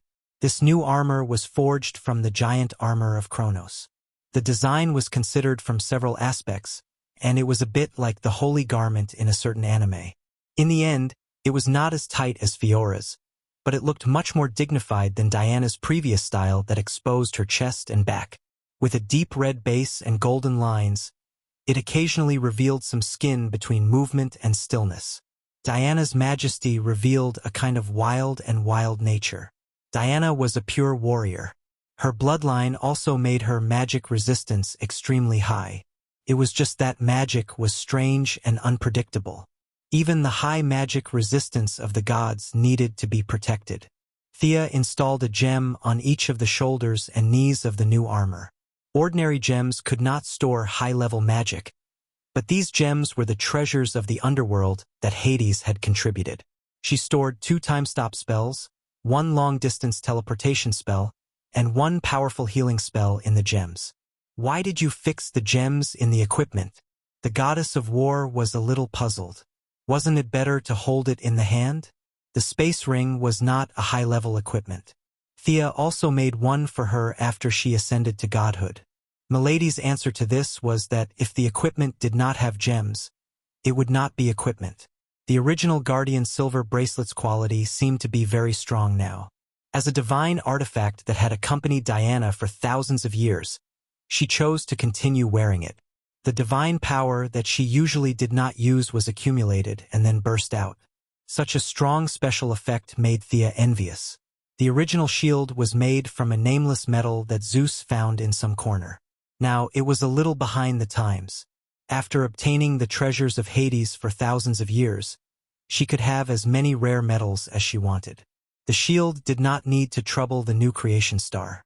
Diana could reforge it herself. Chapter 635. Diana's original shield was smelted again, and a large amount of adamantine was added to it. In the end, Diana's shield was imbued with a lot of compassion emotions. Although it wasn't to the point where Diana's shield would turn into stone at first glance like Medusa's shield, when the enemy saw Diana's shield, they would also be affected by the emotions of compassion. Except for a few people with strong wills, the attacks of the others would naturally be weakened. The new shield was full of compassion, so it was bronze in color with silver edges. Ancient Greek inscriptions were drawn on it, which translated into English as protect. In addition, the edges of the shield were thickened. In Thea's view, the shield was for defense. There was no need to throw it out to hit people. The edge of the shield was too thin and was not good for defense. If she had the time to throw the shield, she could just jump over and slash with the sword. As for the weapon, she still had to use the previous twin swords. There were many weapons in Hades' treasury, but they were of the same level as the twin swords and were not worth replacing. Diana's equipment was brand new. Feeling the deep affection of her lover, she did not stay idle for the next few days. Artemis's silver moon longbow was returned to the Amazons, leaving only the arrow of Zeus that could travel through time. Thea did not know why Thea worked so hard to help her. In order to thank her for her selfless help, she took the initiative to use the power of the divine emperor to erase the mark of Zeus and the moon goddess on the arrow. The arrow would be Thea's own in the future. Diana had collected a lot of precious materials before, and now she had the treasury of Hades. She wanted to make a divine longbow for her lover. She used the spine of the black dragon that was cut off by the great sword of the firstborn that day as the body of the bow, mixed with a handful of fine sand that was blessed by Rhea, the mother of Hades, the mother of Poseidon and Zeus, and Diana's grandmother, the goddess of time. The spine of the black dragon, mixed with the sand of time, gave the bow an eternal and indestructible characteristic. The bowstring used the tail of the Hydra, which also had the characteristic of regeneration. In the final stage of making the bow, Thea injected the divine power of wealth into the bow, and the divine artifact was finally completed. Thea Quinn's wealth longbow was the name of the new bow. Thea didn't have a time-related divine concept, so she couldn't use most of the temporal sand's functions. However, with her wealth, the temporal sand would add a depreciation function on top of the temporal sand's forceful purchase. It was impossible for her to buy an enemy's divine weapon with 1 copper coin, but it was completely possible for her to exchange for an enemy's divine weapon with 30 to 40% of its value. Originally, she wanted to call it Fortune Longbow, but Diana strongly objected, so she changed it to Wealth Longbow. The ideal situation would be for Thea to shoot a few arrows, and the enemy would be very discordant. Both of their equipment had been greatly improved. Only then did they have time to pay attention to the miscellaneous items that they had obtained. Some items could improve their physical fitness, so they ate them directly. Some items had various additional effects when worn, so they chose to wear the items that they liked. There were still many items that even Diana's erudition and Thea's divine eye of wealth couldn't identify their uses. For example, the scepter beside Thea's hand. Diana frowned and looked at it for a long time before giving up helplessly. Thea could only look for the archaeologist Dr. Savannah. This old man was really knowledgeable. He looked up several books and finally confirmed the origin. Thea was a little speechless when she received the answer. Hades had too many hobbies. Not only did he have Greek gods' items, he also had Egyptian gods, Norse gods, Mesopotamia, and other random items that he thought were good. It would take a lot of time to identify all of them. She couldn't be bothered to waste time, so she gave all the items that she couldn't identify and didn't seem dangerous to the bald Dr. Savannah, who had forgotten his own name after seeing ancient treasures. In the following days, Thea and Diana spent another 2 days together in the name of supervising each other. She left the Valkyrie to familiarize herself with the new equipment and continue to comprehend the origin while she went back to deal with her own trivial matters. Thanks to the agreement between the human world and Atlantis, the Moira people's popularity had improved greatly. Many commentators took turns to publish articles, saying that the United States would walk out of the valley under the leadership of President Quinn and revive the economy. More ordinary citizens were full of expectations for the new government with the protection of superheroes. Now that it was the final moment of the election, even if the other party's candidate was God, he wouldn't be Moira's opponent. Of course, this God referred to the one in the Bible. However, it was hard to guarantee that someone would take the risk and do something stupid. From this battle in the underworld, Thea was more and more certain that history was made by small people. This saying was a bit biased, but it wasn't completely wrong. The ferryman Sharon was a vivid example. The two cold-hearted Prince Charming, who didn't know that they were cheated, probably still didn't understand the truth of the matter until now. In order to prevent anyone from doing anything to Moira, Thea returned to the United States and began to protect her mother. "Yo, long time no see. You're getting prettier now." The one who greeted her with a smile was Amanda, who rushed over today to make friends with her. The nature of the Heaven's Eye Society determined their dependence on the government. Without the support of the government, they couldn't do anything. Fortunately, she and Thea had a sibling relationship for so many years. Although there were some bumps in the small things, at least they didn't break down on the big picture. Now that they were on the same side, she immediately came to express her goodwill. One doesn't slap a smiling face, and Thea wouldn't embarrass her. Besides, although the relationship between the two had been going back and forth, it was generally harmonious. "Did the Heaven's Eye Society make any big moves recently?" she asked casually. Amanda was a little distressed when she mentioned this. "There are more and more superheroes, but the criminals are getting more and more rampant. I really miss the days when I only had to deal with explosives and bullets." Thea couldn't solve this problem, so she could only comfort her. The two were just talking in general. After all, Amanda was responsible for the president, not the president's daughter. Thea was also quickly surrounded by a group of military bigwigs. The army was beaten up badly by the Atlanteans. The military's current point of view was that humans still had potential to be excavated. Currently, the military's equipment upgrade was not fast enough. We felt that it could be faster. After dealing with this group of people, Thea didn't want to continue upgrading weapons and equipment. The current technology tree was already climbing fast enough, and the foundation was not stable. There was really no need to start new projects. The military felt that they were inferior to Atlantis, but the problem was, how many years did they study to achieve today's results?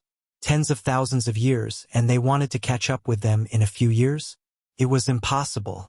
The current Earth's military force was enough to protect itself in the future. Forcibly developing technology and equipment would only cause a large deficit in the government, and it was not conducive to improving the people's lives. Whether from Moira's point of view or her own wealth, the next step was to vigorously develop civilian products and revitalize the economy. Chapter 636. In the next half a month, Moira began to do the final publicity without stopping. Thea and Oliver also followed her to all the major cities in the United States. There were really people who were not afraid of death. Some gunmen received black money. The moment they made a deal, Missy could instruct the Green Arrow team to clear the obstacles. Some of them did not make a deal at all and simply wanted to make themselves famous. She had no good way to deal with them and could only rely on tight defense to ensure their safety. In just half a month, there were 3 assassinations and kidnappings. Yes, that's right. There were even 2 kidnappings. Sia, who had already revealed her identity as a superhero, generally did not dare to provoke her. After all, during the battle with Doomsday, ordinary people would not be able to withstand her ability to flatten buildings and create deep pits with a raise of her hand. They targeted other people. A group of people kidnapped Moira's important staff. Fortunately, they were rescued by the Sky's Eye Society in time. Another group of people lost their minds and wanted to kidnap Oliver for ransom. They were beaten up by the Green Arrow team, making the insiders laugh and cry. Another day of farce ended.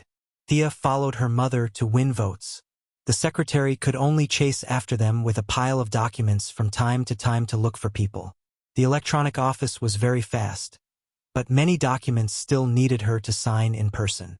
The campaign team ran wildly in all the major cities in the country. Miss Maisie also had to chase after them.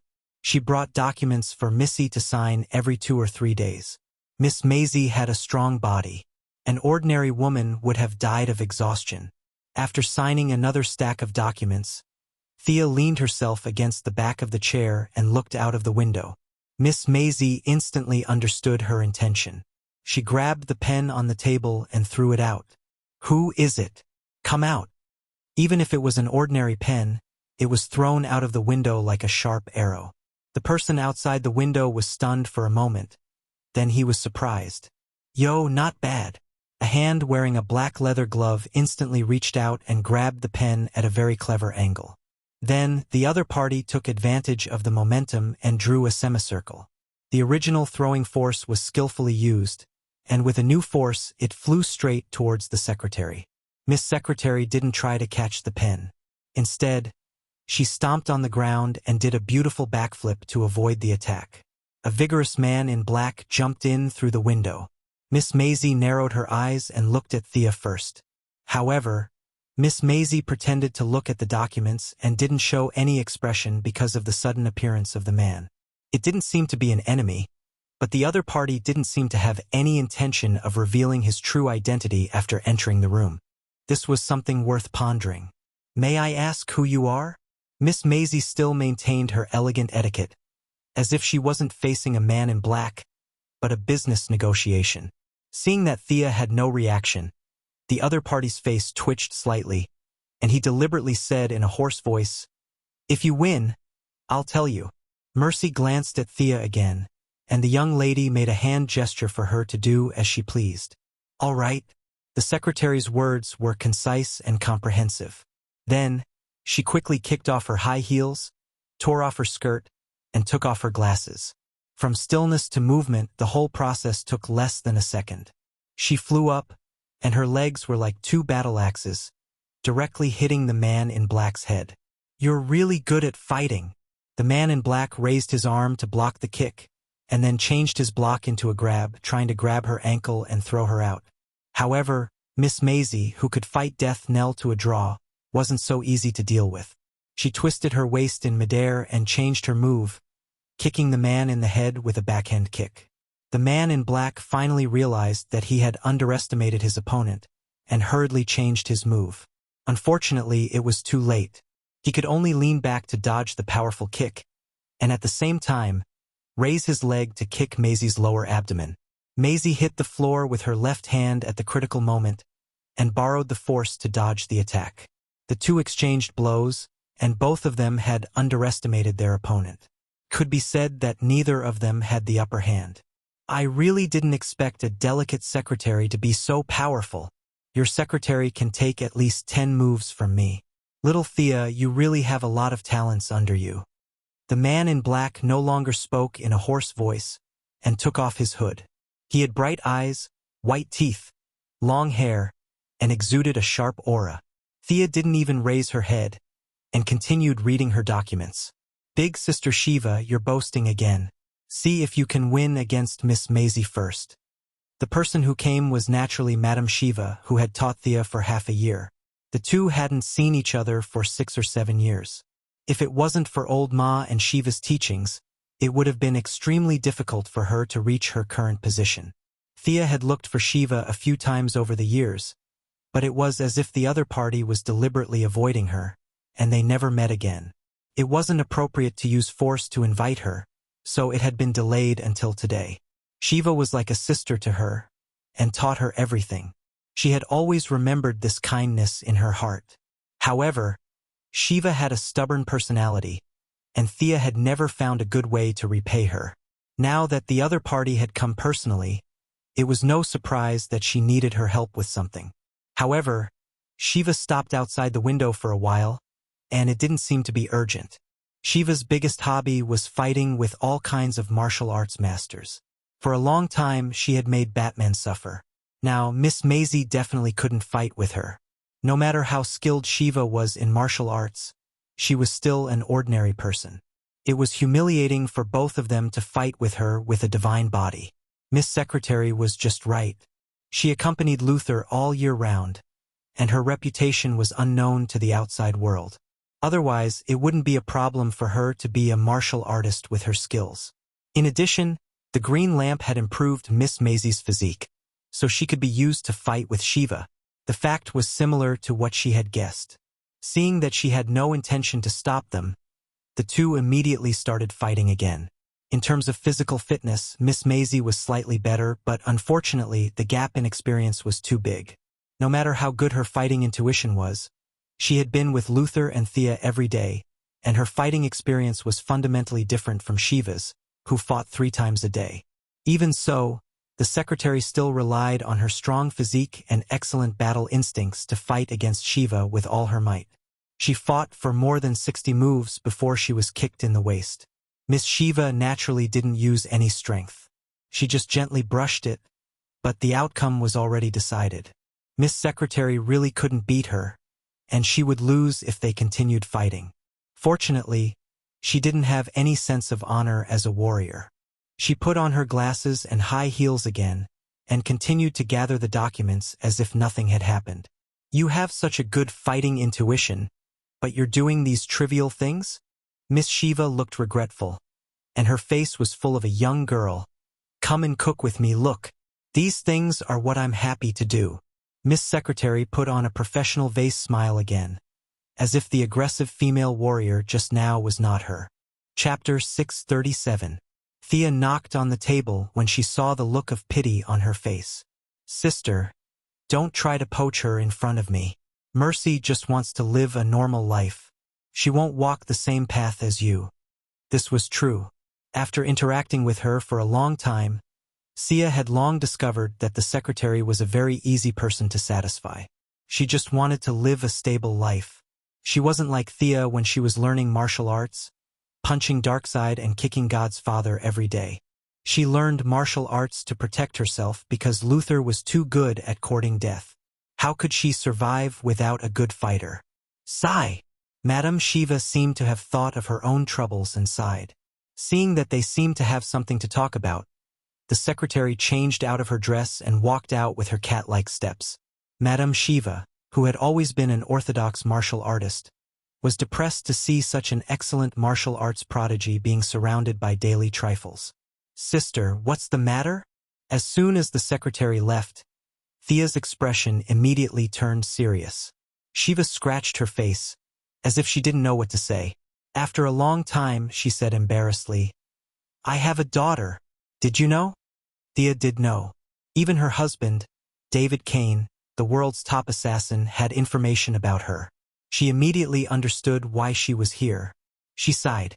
"Cassandra Kane, right? I have a rough understanding of her. Then do you have a way to cure her?" Shiva asked with some hope. I can't say for sure if I don't see the patient, but I will do my best." It was rare for Madame Shiva to make such a serious promise. Shiva also felt her sincerity and nodded lightly. Originally, it was just a coincidence back then. The paths of their lives intersected for a short period of time, but now it brought her new hope. She walked out without a word, and Thea could only follow her. The two walked through the streets and soon came to a bungalow. Madame Shiva pushed the door open and entered. Inside the room, a black-haired girl around 12 or 13 years old had already reacted when she pushed the door open. She held a dagger behind her back and hid among the debris. Her eyes were vigilant as she looked outside the door. This child was quite vigilant. Thea silently watched the mother and daughter communicate with hand signals. Not long after, Shiva indicated that she was done with the communication. Shiva, who had never asked anyone to cover her with a blanket even if the sky fell, was now full of nervousness. She seemed to be standing with her hands behind her back, but in fact, her fingers behind her back were clenched so tightly that they were creaking. When Thea wanted to check, she couldn't help but say, "Please." Thea and she looked at the little lowly. Even after Shiva's explanation, the other party still maintained a standing posture that could attack at any time. Her whole body was full of vigilance. "Good child, come here. I'll help you take a look." There was a hint of charm in his voice, trying to lower the other party's wariness. She didn't expect that despite his young age, the other party's willpower would be so high that he would be able to resist her charm. However, Thea's powerful charm attribute made the other party relax a little. The black-haired lowly couldn't speak and slowly approached. Her bright eyes kept staring at Thea, watching her jade hand slowly grow bigger in her line of sight. She tried to attack several times, but was stopped by the other party's gentle gaze. Until the hand finally fell on her own head. The two of them, one big and one small, breathed a sigh of relief. How did this child teach her? Thea was really speechless to the mother and daughter. She was so charming that she almost couldn't suppress it. Would ordinary doctors dare to check her? Wouldn't ordinary doctors be directly stabbed to death? Fortunately, the most difficult step was passed. The two of them had a preliminary contact, and she began to inject her magic power to check. The other party couldn't bear the divine power, and the more inclusive and applicable magic power was very suitable for the current situation. The examination lasted for half an hour before Sia stopped and began to think with her elbows in her arms. The black-haired lowly named Cassandra Kane didn't suffer from any injury, but was born with a speech disorder. This defect wasn't obvious in infancy, which was why Shiva didn't look for her in the first few years. However, when she reached puberty, her physical fitness was strengthened, and the original defect was directly magnified, to the point where she couldn't speak now. Her vocal cords, trachea, and cartilage were all intact, but there was a small defect in her brain. This defect made it impossible for her to effectively recognize the signals transmitted by her vocal cords, so she couldn't speak normally. The general view in the world was that 9 out of 10 people were deaf and 9 out of 10 were mute. Many mutes couldn't speak because of problems with their hearing system. However, this little girl's hearing was completely fine, and even sharper than ordinary people. Her symptoms, according to modern science, were caused by genetic loss. She, who had mastered all the genetic knowledge of Krypton, could be said to be unmatched in the field of genetics. Using modern scientific methods, a simple addition to the genes, and then the brain damage, the black-haired lowly's speech function would be restored to normal. I have good news for you. I can completely cure it. It seemed that she thought a lot, but in fact, only a few seconds had passed. At this time, the patient and the patient's family members were suffering the most, so there was no need to deliberately pretend to be deep in thought. Hearing this, Shiva and the little lowly both breathed a sigh of relief. Just as Thea was about to take out the medical pod for treatment, she once again felt a slight tremor in the thread of fate. From my point of view, this child also has a new option. Thea tried to interpret the signal transmitted by fate and secretly thought about it. With her current intelligence, she quickly connected the dots, but she still needed to ask for the opinion of the person involved. Shiva saw her suddenly stop and hurriedly asked, "Any other questions?" "Sister Shiva, you are almost like my biological sister, so I won't hide it from you. Cassandra's current disease is very easy to treat. With only modern medical technology, I can restore her speech function in about a week, but now there is a better option in front of you." "What?" Shiva was too lazy to pretend to be an expert and asked a little anxiously, "Don't you reject supernatural abilities? Actually, Cassandra can benefit from this disaster and obtain a relatively powerful ability." Thea thought of Cassandra in the Battle of the Gods, the spirit princess of Troy. The two of them had the same name, and now their circumstances were similar. One's vocal cords had exploded, and the other was born unable to speak. Now, the strange fate of the two seemed to be showing signs of intersection because of her. Although the demigod was crippled, her innate talent had not completely disappeared. Taking out the imprint rooted in her soul could completely make up for the deficiency in the little lowly's genes. Like the original spirit princess, she definitely could not use her words to make the law, but at the mortal level, the ability of the spirit princess of speech combined with the little lowly's combat skills would be very powerful. However, Thea knew that Madame Shiva was a little against supernatural abilities. She was a pure warrior, and so was her daughter who wanted to take over her mantle. This decision was not easy for them to make. As for whether the demigod Cassandra was willing or not, it was not within the scope of consideration. With her reputation with Hera, it was not a problem to ask for a cripple. Cassandra, who was in prison, should be grateful if she could walk out of Mount Olympus alive. Shiva and her daughter were not righteous heroes, so it was easy to transplant someone else's ability. Now it was up to them to make a choice. Time passed by, and Shiva still could not make up her mind. What kind of ability? Like when you fought that monster in Metropolis on TV. Chapter 638. Thea quickly shook her head. Of course not. I'm not 100% sure that I can get the ability. It's the power of language. Looking at their expressions, Thea knew that they didn't understand. She could only continue to explain. I defeated an enemy a few days ago. Her name is also Cassandra. She paused. The black-haired lowly's attention was attracted when she heard that she had the same name. She's the princess of Troy in ancient mythology. She has the power of language. She can use language to confuse and control others. She can even kill enemies. Now that this ability has been destroyed, there should be some remnants in her body. I mean, to give these remnants to your daughter.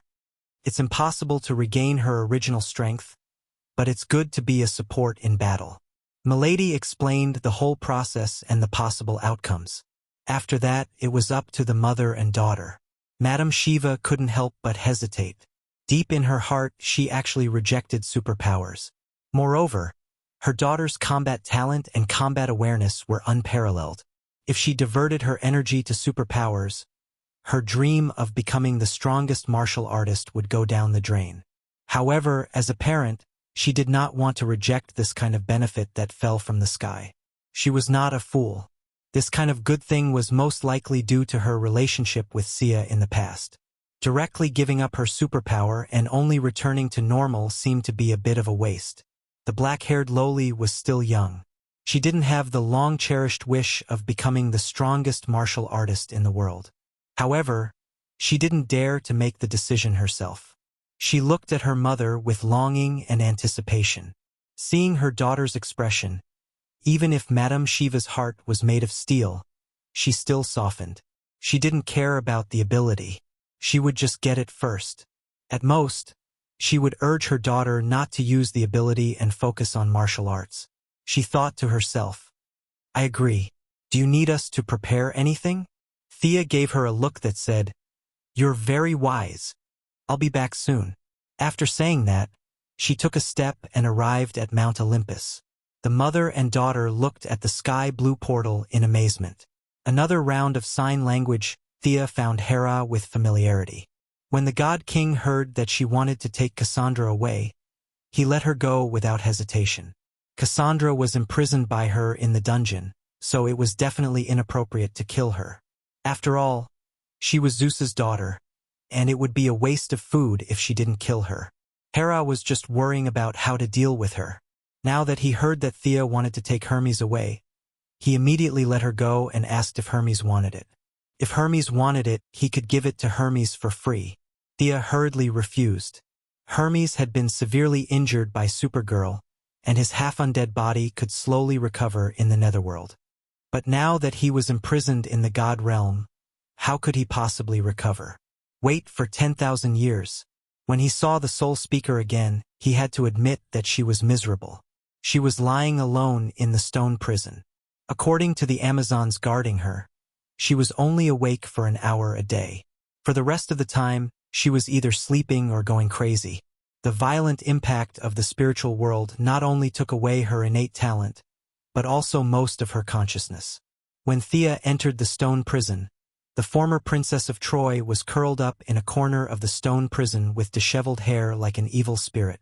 Revenge! Revenge! After all, she was still a half-god, and her throat had already grown out. It was just that her voice was so unpleasant that it sounded like sawing wood, hoarse and ear-piercing. It was a stark contrast to the clear and bright voice of a lark back then. Poor fellow! Thea couldn't help but sigh. Even in such a miserable state, she still couldn't forget about revenge. She probably didn't know that her eldest son, whom she had high hopes for, had already been forcefully brainwashed. "I'll take her away." Thea showed the guard Hera's order, and directly knocked Cassandra out with a mental attack, and teleported her back to Earth. The trip back and forth took only 5 minutes. Shiva and her daughter were still making hand gestures when Cassandra jumped out again. Shiva only felt that it was magical, but the black-haired loli was full of anticipation. Judging from this beautiful big sister's words, she could also become a superpower user? A half-grown child was now looking forward to superpowers. Compared to the countless hardships of martial arts training, superpowers were actually more tempting for someone of her age. If it were a righteous person like Batman, they would definitely strongly object to taking the enemy's power and adding it to themselves. Shiva and her daughter didn't have this problem. They had killed at least 800 if not 1,000 people. They didn't have any moral concerns at all, and calmly waited for a pie to fall from the sky. At this moment, Thea was communicating with divine power to create a small pie for the black-haired lowly. Cassandra's talent definitely couldn't be extracted under normal circumstances. The talent and the body were inseparable. However, now that she was in a crippled state, the remnants of the spirit of speech in her body had been spontaneously gathering. This was all done unconsciously by the spirit of speech, but the key factor was missing, which proved that this was completely useless. Without the participation of the power of rules to supplement her, Cassandra would be like this for the rest of her life. At first, Thea wanted to forcefully extract it, but after checking the situation in her body, she changed her mind. The remnants of the spirit of speech had spontaneously gathered, so there was no need for her to forcefully extract it. That would be too violent. After all, this was one of Zeus's thousands of daughters, so it was best for her to be gentle. When the mother and daughter couldn't see, and Cassandra was in a muddled mental world, she forcefully made a deal with her. She promised to restore her health, and the other party would use the remnants of the spirit of speech as a reward. She extracted a ball of light red light from Cassandra's body. The light was faintly discernible and extremely unstable, as if it would explode at any moment. Next, Thea pointed at Cassandra's forehead and used the willpower in her order scale to help her regain her consciousness. After that, she used 3 powerful healing spells in a row. Finally, after thinking about it, she added a large ball of pity. It was better to give up on hatred. Seeing that she had completed the deal, the ball of light red light gradually quieted down. They already knew that they were about to leave the main body, and a trace of sadness slowly emerged from within. Thea waved at the black-haired lowly, indicating for her to come over. No one was retarded. The black-haired lowly looked at the unknown substance in her hand and naturally knew what it meant. Her little face twitched, and her teeth bit her lower lip as she quickly walked in front of her. "Don't be afraid. It will be over soon. It won't hurt at all." Milady talked nonsense as if coaxing a child. Actually, she didn't know if it hurt or not. It was her first time doing this, but in order to relieve the little girl's pressure, she pretended to be familiar with it. She directly swung her hand and slapped the ball of red light into the black-haired lowly's body. Then, she used magic to communicate with both sides, and used willpower to create a channel to slowly graft. Thea seemed to be performing a surgical operation, transferring the remnants of the body into the new body, and the remnants of the soul into the new soul. The black-haired lowly was instantly stunned by the influx of mental power. Milady signaled to Shiva that everything was normal and began to get busy. Chapter 639. It was easy to destroy but hard to build. This was true everywhere. It was even more difficult to create a new talent based on the original incomplete foundation. Fortunately, she was already a god, and her intelligence attribute was extremely high. Trade and language were similar, so most of the remnants of the spirit of speech in Cassandra's body could be recognized. Demigods also had a human part, and this part was extremely easy to distinguish. It took some thinking to distinguish the part that belonged to the gods. Thea's original wild demigod state was slightly different from the Greek demigods, but she had Diana, a human sample, as a comparison.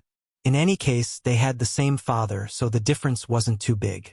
First, she identified the human part and integrated it into the soul of the black-haired lowly. Then, she compared it with Diana to find the similarities with Zeus's part. It had to be said that Zeus's eldest brother's bloodline was very powerful. The black-haired lowly, who was only considered beautiful among ordinary people, would become extremely beautiful in the future after integrating a little of Zeus's bloodline. Finally, she carried out the talent planning. As if sensing the black-haired lowly's natural deficiency, the remaining light of Cassandra's talent automatically filled in. Thea directly added new functions on the original foundation. All kinds of energy were integrated into the black-haired lowly's body. This process was actually a learning process for Thea. After working for an hour, it was the first time she had done such a grafting operation on the soul level. The light red light was divided into thin threads invisible to the naked eye and wrapped around the black-haired lowly's transparent ordinary soul. Apart from the names, it could be said that the two people in the original time and space were connected by her. One was a spirit of speech and the other was a mute. This was the magic of fate. With a small part of the abilities of the spirit of speech, the future Cassandra would go higher and further than in the original time and space. How is it? Madame Shiva asked worriedly. Don't worry, I'll handle it. Milady patted her chest and promised. Shiva glanced at her and didn't say anything. She began to wait quietly. As for Princess Cassandra, whose talent had completely disappeared, it didn't take long for her to wake up. Thea had no relationship with her at all, so there was no need to talk nonsense with her. She directly teleported her away and arranged for her subordinates to take care of her. She was no longer a demigod after losing all of her powers. Without the influence of hatred, perhaps it would be a kind of happiness for her to find a place to live out the rest of her mortal life. After sending Cassandra away, Thea and Madame Shiva began to wait for a long time. They waited for 2 days. Looking at Madame Shiva's anxious look, Milady could only wait. She was afraid that something would happen to Moira, so she sent a doppelganger to protect her mother. 2 days later, Cassandra woke up. She was well trained and didn't show any signs of panic. She just looked around strangely. Thea checked his body and found that it was still okay. The soul fusion was very successful, and his physical fitness had been greatly improved. Conservatively speaking, he should have no problem living for 150 years. He coughed lightly and said to the black-haired lowly, "You felt it yourself. The spirit of speech is a very powerful force. According to your logic, it's a weapon. When you use it to kill your enemy, you have to pay the price. In order to prevent you from misusing it, I have added 2 locks in the depths of your soul. One lock will be completely unlocked when you become an adult, and the other lock will be restricted. Now you can speak normally, but I suggest that you speak less. When your spirit of speech accumulates and is activated in battle, your enemy will be smashed to pieces by the power of your words." Thea clenched her fist as she spoke to strengthen her tone. This principle was designed by her through Diana's guardian silver bracelet. After all, the black-haired lowly was not a genuine user of the spirit of speech. Naturally, she couldn't compare to Cassandra. If she could walk the path of accumulation, then the power she could unleash would really be able to topple mountains and overturn seas. However, considering that she was not Diana, and her physical fitness was only slightly stronger than ordinary people, long-term accumulation would be a huge burden on the body. The ability that Thea designed was that she could speak normally, but she needed to speak less. After a long speech, the black-haired lowly would not be able to speak anymore. Thank. The black-haired lowly was still a little inarticulate, but this was because she hadn't spoken for the past few years. With her hard work and a little practice, she would be able to return to normal. Thea stretched out her finger and tapped on the lowly's forehead, inputting a message. "I'm not good at using the power of the spirit of speech. The backlash is a little too much for you. I'll teach you a few ways to reduce the backlash and allow you to use this power normally." 3 spell-like abilities. The power of speech. Silence. This can be used in many situations. The power of speech shield, a defensive spell. The last power of speech pain, an offensive spell. You can use these 3 abilities once a day. Do you remember? Thea rubbed the black-haired lowly's little head. Originally, she would explode when someone approached her, but now, she was not used to being touched so intimately. Superpower. The message passed through her mind allowed her to instantly grasp how to use it. The more the black-haired lowly looked at this beautiful sister, the more she felt close to Thea. Now, other than her mother, Thea was her second closest relative. As for her father, there was no need to mention him. Looking at her mother with great interest, Madame Shiva immediately understood her intentions. She happily waved at her daughter. "Come and try it." The method of communication between mother and daughter was to fight first. After 6 or 7 moves, when Shiva's kick was about to hit her daughter, the black-haired lowly softly spat out the word, "shield." A transparent air wall that was 1 meter tall and half a meter wide suddenly appeared between the 2 of them. Shiva's leg directly kicked the air wall. The air wall could not withstand her strength at all and instantly shattered. However, this obstruction reduced the strength of her leg by more than half. She could only withdraw her leg and change her move. The black-haired lowly took the opportunity to regroup and continue the fight. Interesting. Will this ability be strengthened in the future? She naturally asked the young lady who was watching the show. Of course, I just provided her with a few application models. This is the wisdom of the predecessors. If she can innovate, then the effect will be even stronger. Thea's words were not false. She had now opened a back door from the new creation planet's weave and added the black-haired lowly. Otherwise, it would not be so easy to use in battle. Cassandra had used it for thousands of years, but she could only talk on the sidelines and did not dare to use it in battle. It was because the backlash of the magic was too great. Now that the black-haired lowly's backlash had been transferred to the new Protoss, who were in the tens of millions, the backlash had been distributed to an undetectable extent. She just needed to break away from the original restrictions of the spell and make it her own. That would require her to work hard. Hearing that there was still potential in the future, both mother and daughter were very excited. Chapter 640. The black-haired lowly continued to exchange more than 10 blows with her mother. She took some time to try the word pain. Lady Shiva, who was caught off guard, staggered from the sudden pain. Her movements were distorted and the black-haired lowly landed a palm strike on her ribs. The mother and daughter soon finished their sparring. The black-haired lowly stood aside while trying to hold back her laughter. Just by looking at her face, one could tell that this lowly was very excited.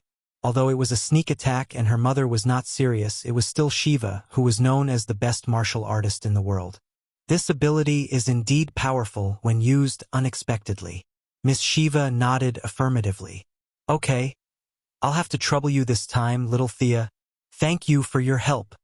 Miss Shiva did not say much and was ready to leave. Thea did not know what to say to this girl who was like the wind. She wanted to ask her to stay for a few more days, but she knew that she might not agree. She could only avoid it. How do you plan for Cassandra's future? Shiva, who was about to pack her things, stopped and thought for a long time. Finally, she said, "Originally, your place was a good choice. Unfortunately, your family is too famous now. Help me send her to Batman. Don't be like me. She should be a good person. I'll leave it all to you." After saying that, Miss Shiva looked at Thea seriously. Her place was indeed not a good choice. The media was really everywhere. If there was suddenly a child in the family, it would cause a lot of trouble. Batman was a good place to go. Thea did not think too much and nodded in agreement. Shiva touched Cassandra's head and put her forehead on the black-haired lowly's forehead. She closed her eyes and thought for a long time. Without saying a word, she turned around and left the room with her luggage. Your mother is a strong person. Thea comforted Cassandra in a low voice. The little girl stared at the figure that was getting farther and farther away and did not speak for a long time.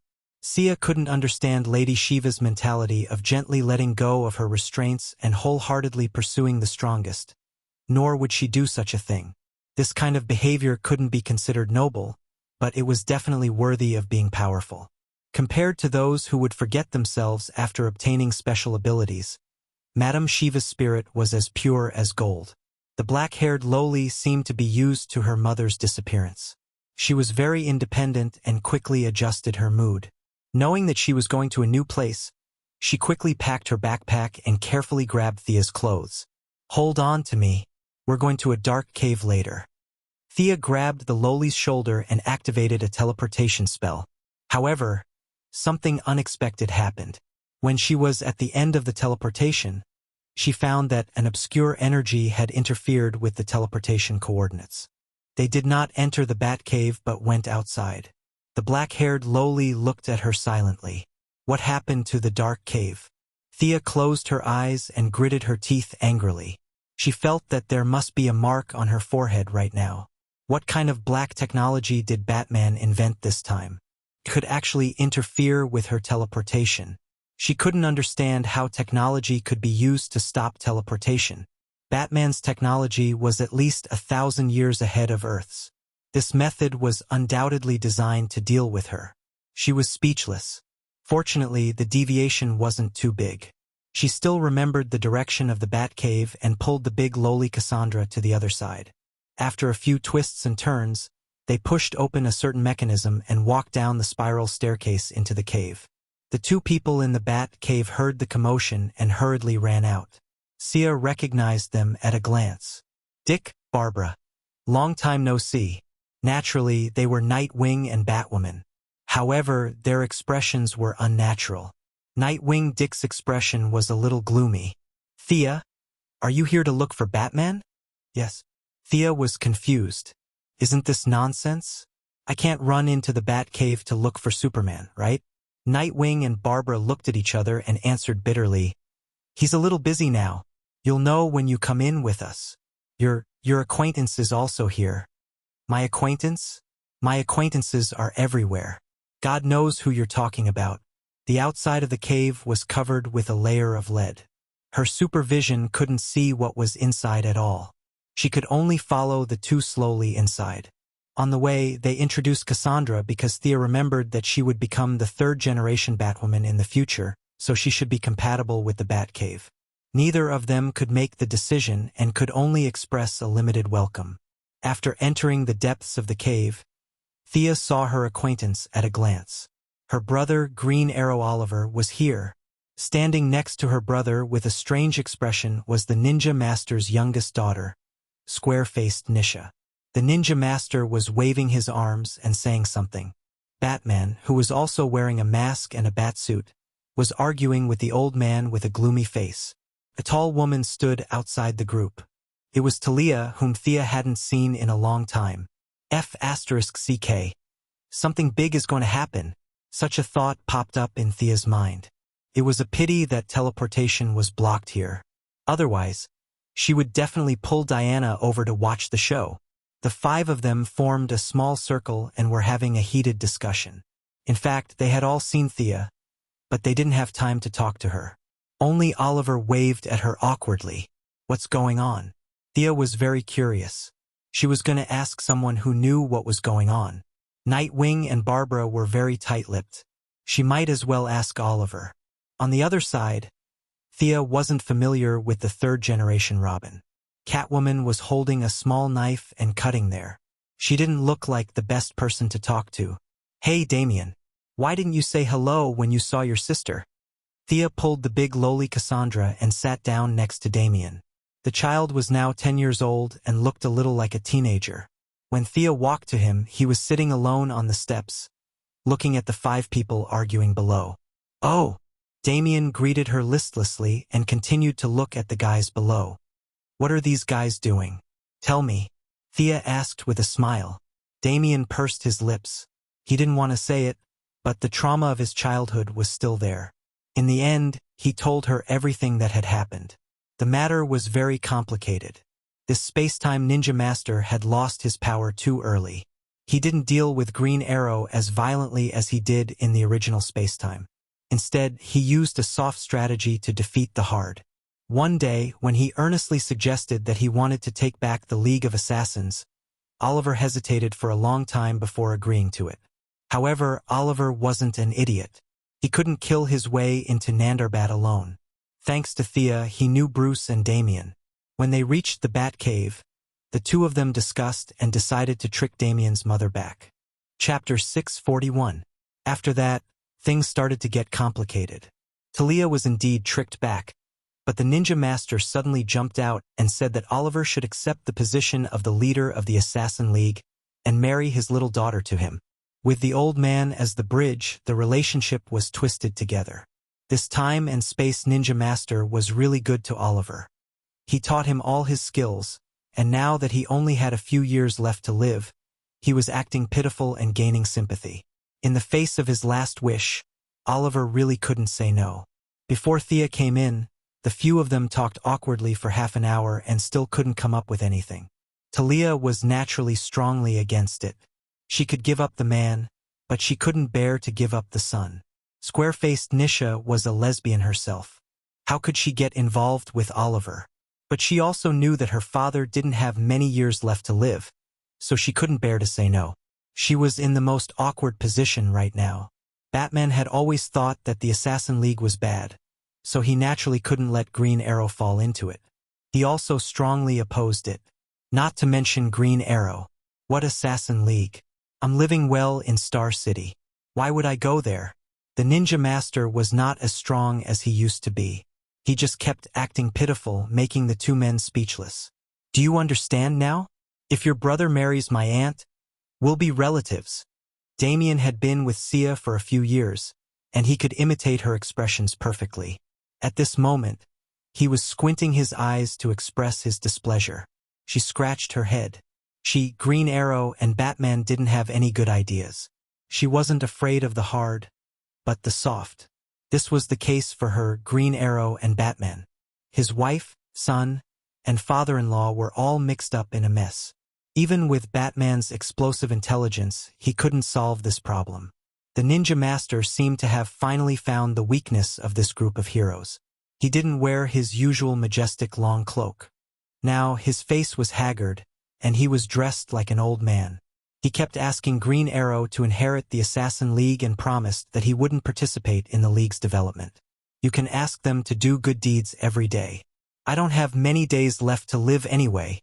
To be honest, Green Arrow was a little tempted.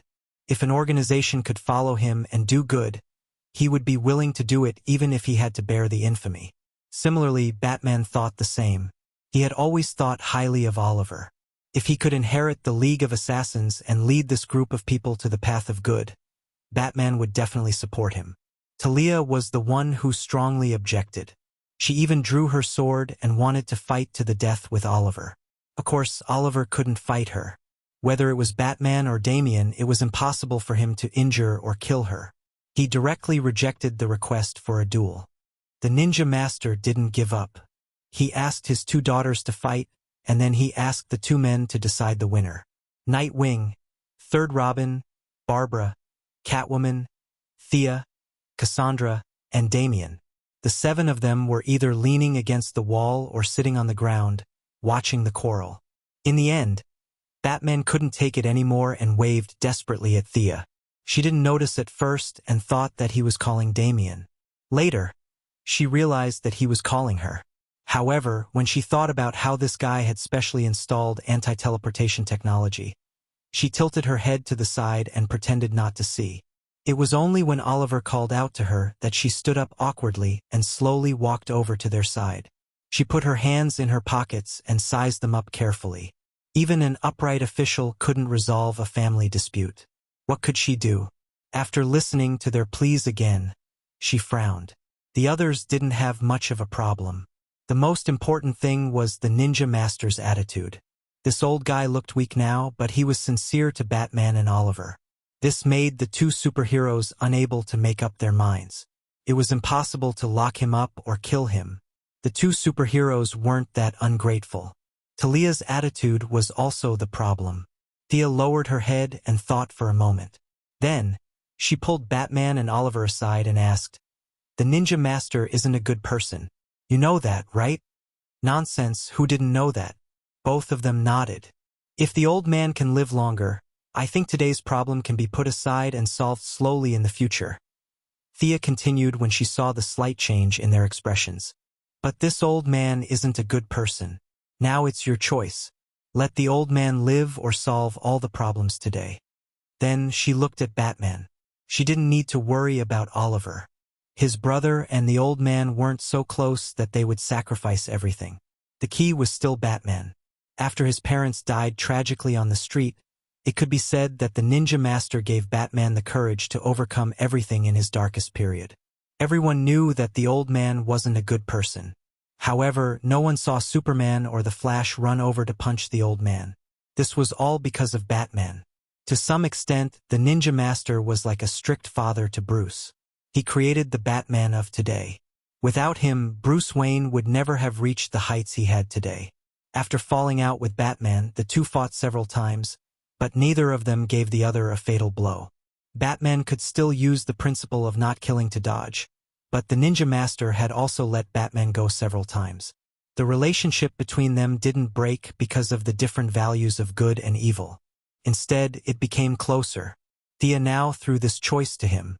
Back then, when she was a demigod, she couldn't do anything when facing the ninja master whose body had been corrupted by demons.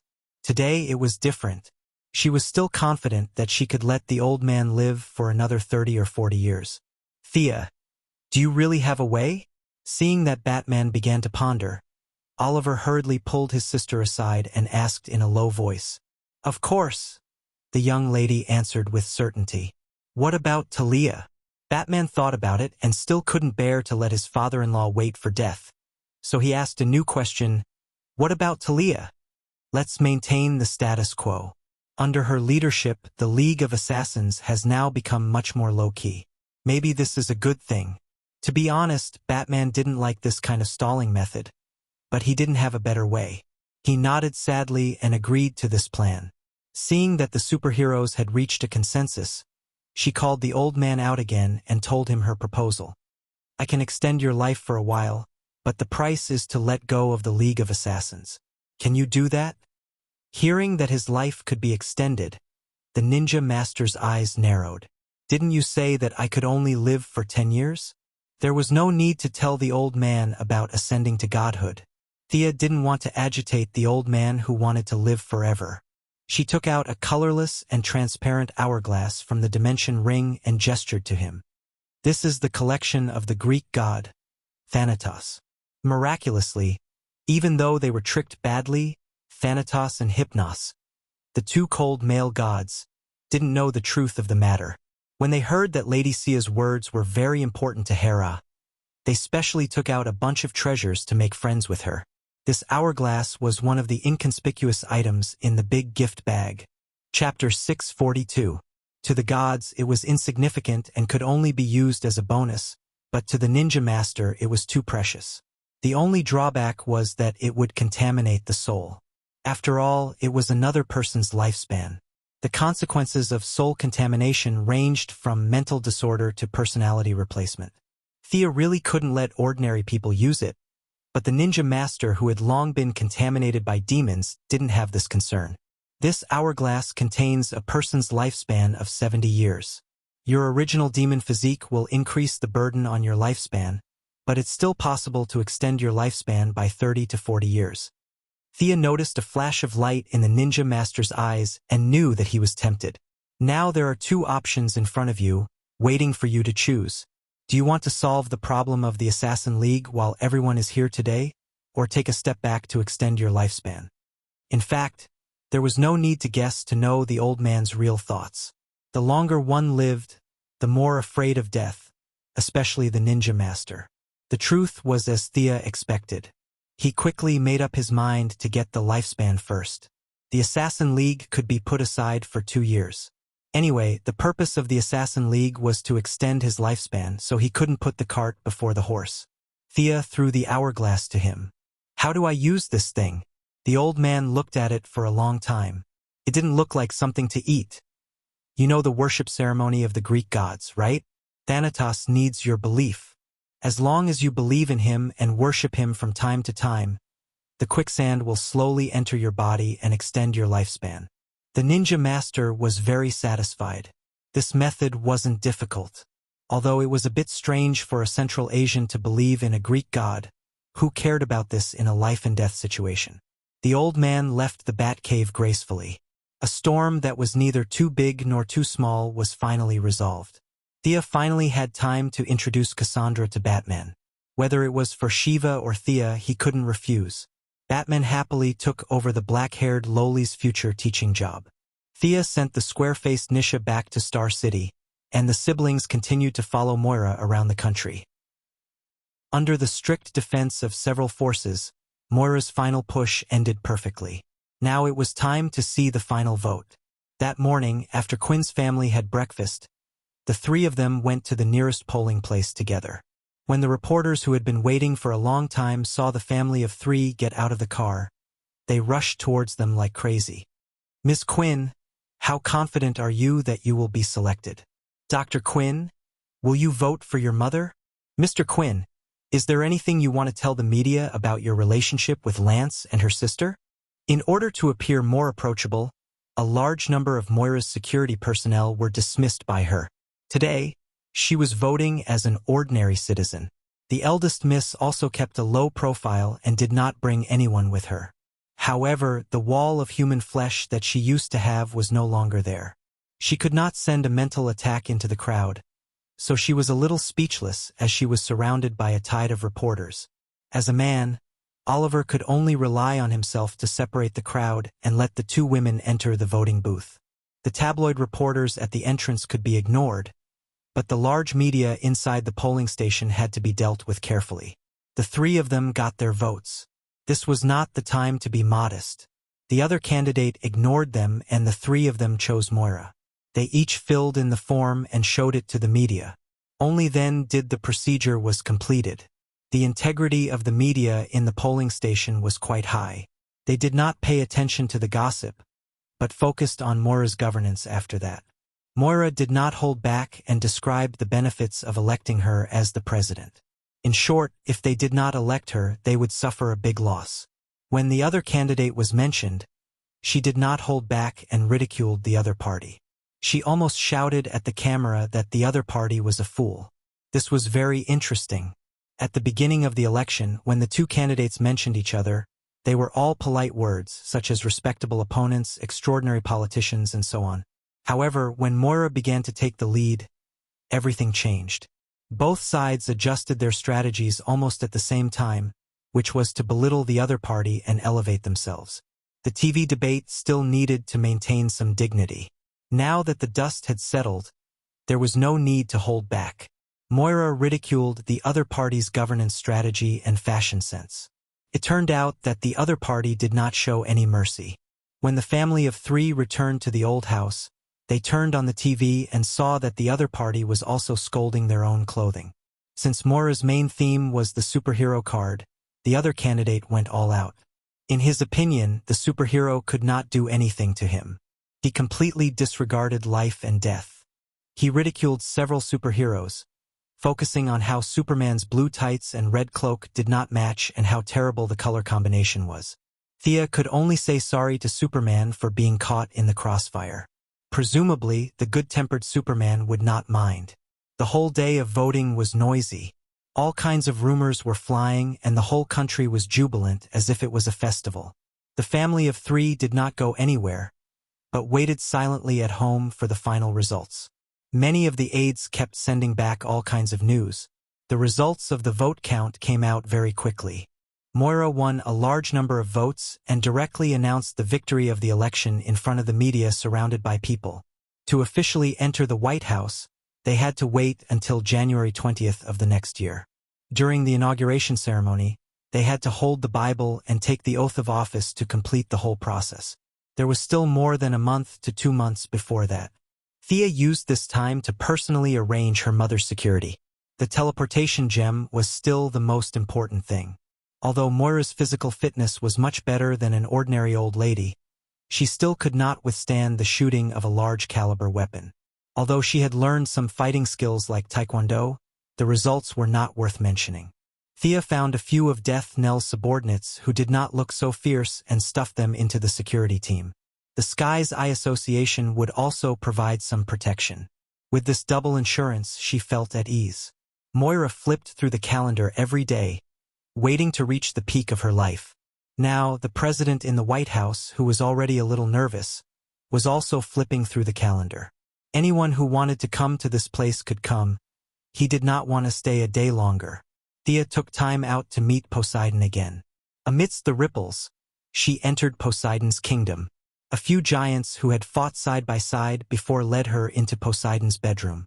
He was waiting outside the door.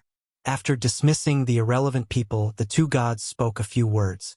Seeing that he was not happy, Thea immediately went to the main topic today. I can give you this staff, but Poseidon did not mind such a straightforward request. If there was a need, it would be easy. If there was no need, it would be easy. A ton of meteoric iron. What do you think? Poseidon thought that he made a very high offer. Thea almost spat in his face. Meteoric iron? Wasn't that the remnants of meteorites that entered the atmosphere? I have as much of it as I want. If you want it, I can even give you a few planets. Thinking of the few pieces of precious meteoric iron in Hades' treasury, she was speechless. She did not touch any of those broken stones. They were the only things left in Hades' treasury. She shook her head, indicating that she did not want it. The essence of water? No. The Horn of Harvest. Our family is a high-tech business group. We don't farm, thank you. Poseidon gave several suggestions, some of which were inappropriate, some of which were completely useless. Modern society was rich in resources. What was the use of giving her a horn of harvest? How about this, Your Majesty? Open your treasury and let me choose any treasure. How about that? Thea finally revealed her foxtail. Chapter 643. Poseidon shook his head and refused. If you randomly picked and took the best one, I would suffer a huge loss. Thea realized his concern and sighed in her heart. There were too few opportunities to pick up scraps, and the opportunity to snatch by force was even more rare. She had to play her part this time. She summoned another trading slate and wrote clearly that the god of death staff would be exchanged for a treasure from Poseidon's treasury. The difference would be made up by her side. Oh, so you are the goddess of wealth. I didn't know. Poseidon was able to see through Thea's abilities with just one move. The Poseidon had always thought that Thea was a god in battle. You can't take my personal artifact. He made a request. Thea nodded and added it to the slate. Okay. Come with me. Poseidon thought about it. The god of death's staff was very important to him, and this deal was worth it. He led her to his treasury. She had already seen the treasury of two gods, and had to admit that the Poseidon's treasury was very different from the other two. Zeus's treasury was full of fine items, and he didn't care for the ordinary ones. Hades, on the other hand, had a big pot of everything. There were so many things that the two thieves, Sia and Diana, were so busy that they hadn't even finished sorting them out yet. Poseidon's treasury was just like him, willful and unrestrained. He didn't care for the ordinary ones, and he didn't care for those that didn't suit him. In short, he was very willful. His treasures were all related to his priesthood. Water treasures were the most, and fire and light treasures were the least. Most of his treasures advocated strength, and they made people feel peaceful. It was a very extreme and willful collection style. Thea couldn't look carefully because time was limited. She directly lit up the most valuable item in the room. She looked around and found that treasures like the thread of fate were really rare. Even the Emperor of the Underworld and the Poseidon didn't have such a level of collection. After turning around for a while, she finally found something good. A ball of blue flame was peacefully resting in the corner. Although this flame was not the most valuable thing in the room, it was relatively suitable for her. To be honest, Poseidon's treasure trove was a little disappointing. This guy was neither as comprehensive as Hades, nor as good as Zeus's. No wonder he had been second place for so many years. There were a few treasures that were good, but Thea had no use for them. However, this flame was different. Not only could it be added to the silver flame, but it was also an extremely valuable material for Diana to forge. After stretching his neck and searching for a long time, he finally confirmed that this was the flame. The flame collected by Amphitrite? Poseidon looked at the treasure that Amphitrite was holding and reminisced about the past. Oh, Thea didn't expect that this ball of flame was made by a famous person. If she remembered correctly, this Amphitrite was the wife of the Sea Emperor. Her style of doing things was similar to his elder brother, Hades. His wife was also snatched. This sea goddess had probably been sleeping in the god's kingdom for a long time now, and Thea had never seen her in person. The sadness of the Sea Emperor lasted at most half a second. Seeing that Thea didn't take his favorite treasures, the two happily completed the trade. The value of the god of death staff was relatively low. After all, it was only made by the demigod god of death. However, it was very useful to the Sea Emperor now, so it was an equivalent exchange. Holding the golden god of death's staff in his hand, Poseidon secretly sighed and thought about his words. Goddess of wealth, where did you get this staff? If Thea still didn't know that he was related to the god of death, then she was too stupid. She described in detail the place where she got the staff that day, but she didn't mention the Sea King Arthur and the others. Poseidon didn't hear the answer he wanted. God of death? Is that what people call him now? What's his relationship with his majesty? Sia asked casually as she was curious. Poseidon thought for a while and decided to tell the truth. This was mainly because he saw that Thea's strength was outstanding, and she didn't have a close relationship with the Greek gods. Atlanta used to be my chosen, but he stole part of my power when I was sleeping. That bastard! Poseidon suppressed his anger and said in a cold tone. Oh! It suddenly dawned on Thea that everything made sense now. Atlanta was naturally the god of death. Just like how Thea was the moon goddess's chosen, he was of a higher rank and obtained the position of the Sea Emperor's chosen. This explained how he could survive until today. Ordinary Atlanteans had a longer lifespan than people on the surface, but it was impossible for them to live for more than 10,000 years. The god of death was the chosen of the Sea Emperor, and his lifespan was long enough. Listening to Poseidon, he even stole part of Poseidon's origin. This could be called powerful. You ruled the 7 seas, didn't you find him? He shouldn't be a god, right? Thea was a little puzzled. The description in the comic was not clear enough, so she didn't know the true strength of the god of death. That thief is definitely not a god, but he is not in the sea. I am very sure of that. Looking at Poseidon's indignant expression, Thea was a little tempted. Of course, she was not indignant to seek justice for Poseidon, but she wanted to remove the god of death in advance. This guy used to be the first king of Atlantis, a great hero who had won many battles. Unfortunately, he was betrayed by his family. Determined to take revenge, he sank the continent of Atlantis.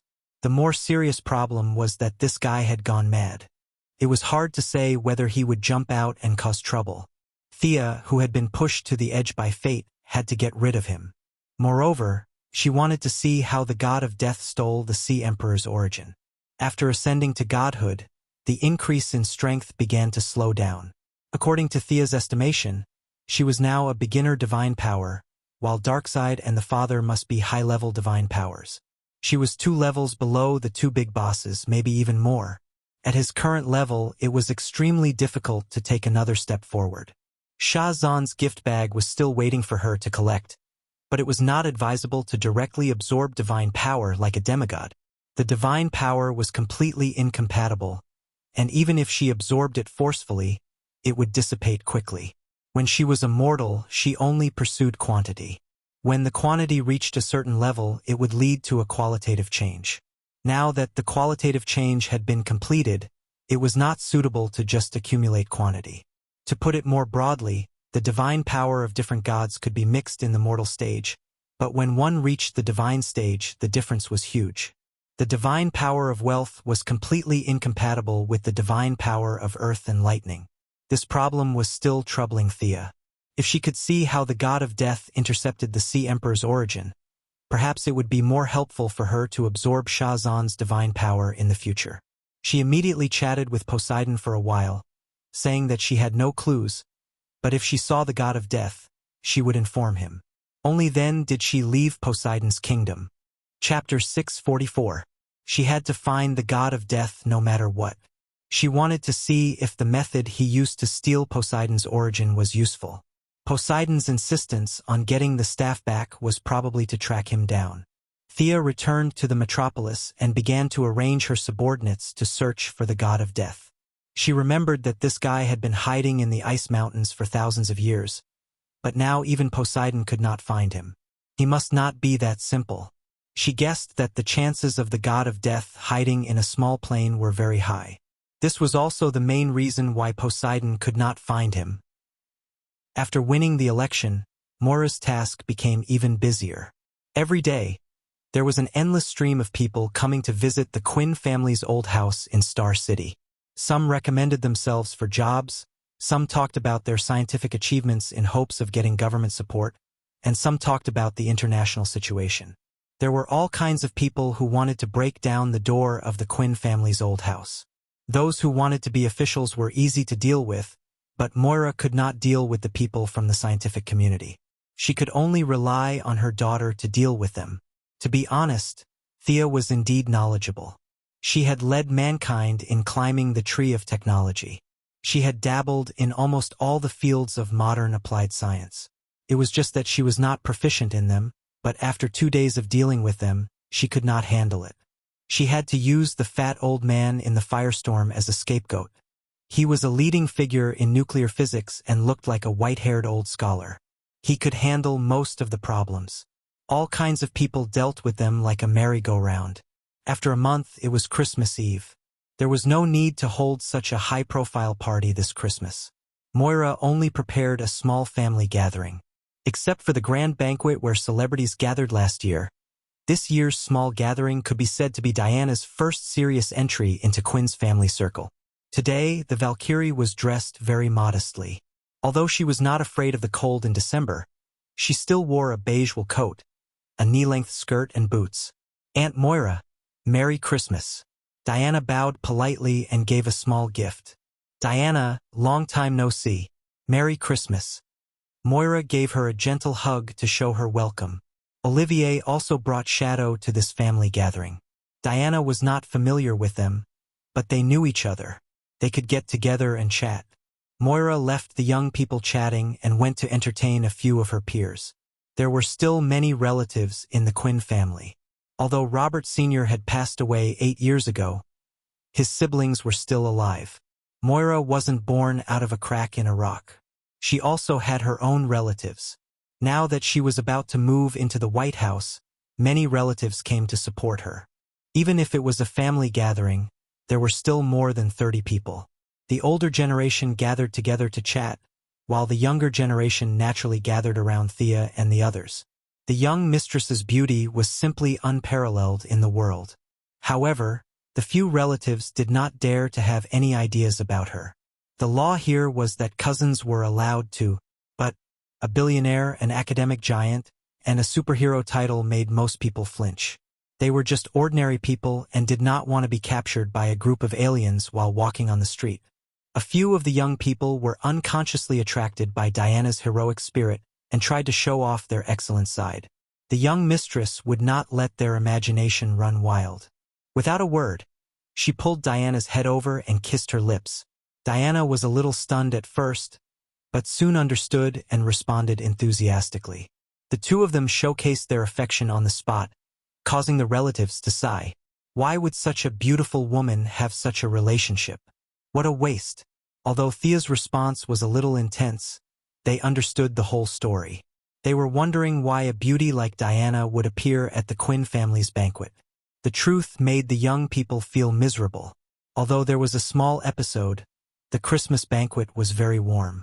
The young people decorated the Christmas tree and hung the mistletoe. The young mistress, who was usually lazy, did not use magic today. She rolled up her sleeves and decorated with the others. The elders brought all kinds of food, including turkey, pudding, chocolate, and red wine for everyone to taste. From time to time, people dressed in Christmas robes and beard, dressed up as Santa Claus, came to congratulate the family. Moira gave everyone a gift. She did not put on airs just like an ordinary housewife. There was a knock on the door. She could only open the door again. "Hey, Moira, Merry Christmas." A middle-aged man with an elegant appearance greeted her with a smile. Moira's expression changed slightly. She could not help but want to look into the house from the corner of her eyes, but she forced herself to hold back. "Merry Christmas, Mr. Merlin." Feeling the abnormality outside the door, Thea inadvertently took a look. She almost spat out the pudding in her mouth. Old Ma was here. Not only did he come alone, but he also brought his son, Tommy, and daughter-in-law, Laurel. It was not a big deal for the two families to celebrate Christmas together, but he even brought Xanadu's wife. It was already ridiculous for a goddess like Diana to celebrate Christmas, but now the youngest sister of the goddess of the lake also came to celebrate Christmas? Would that wooden god be able to withstand it?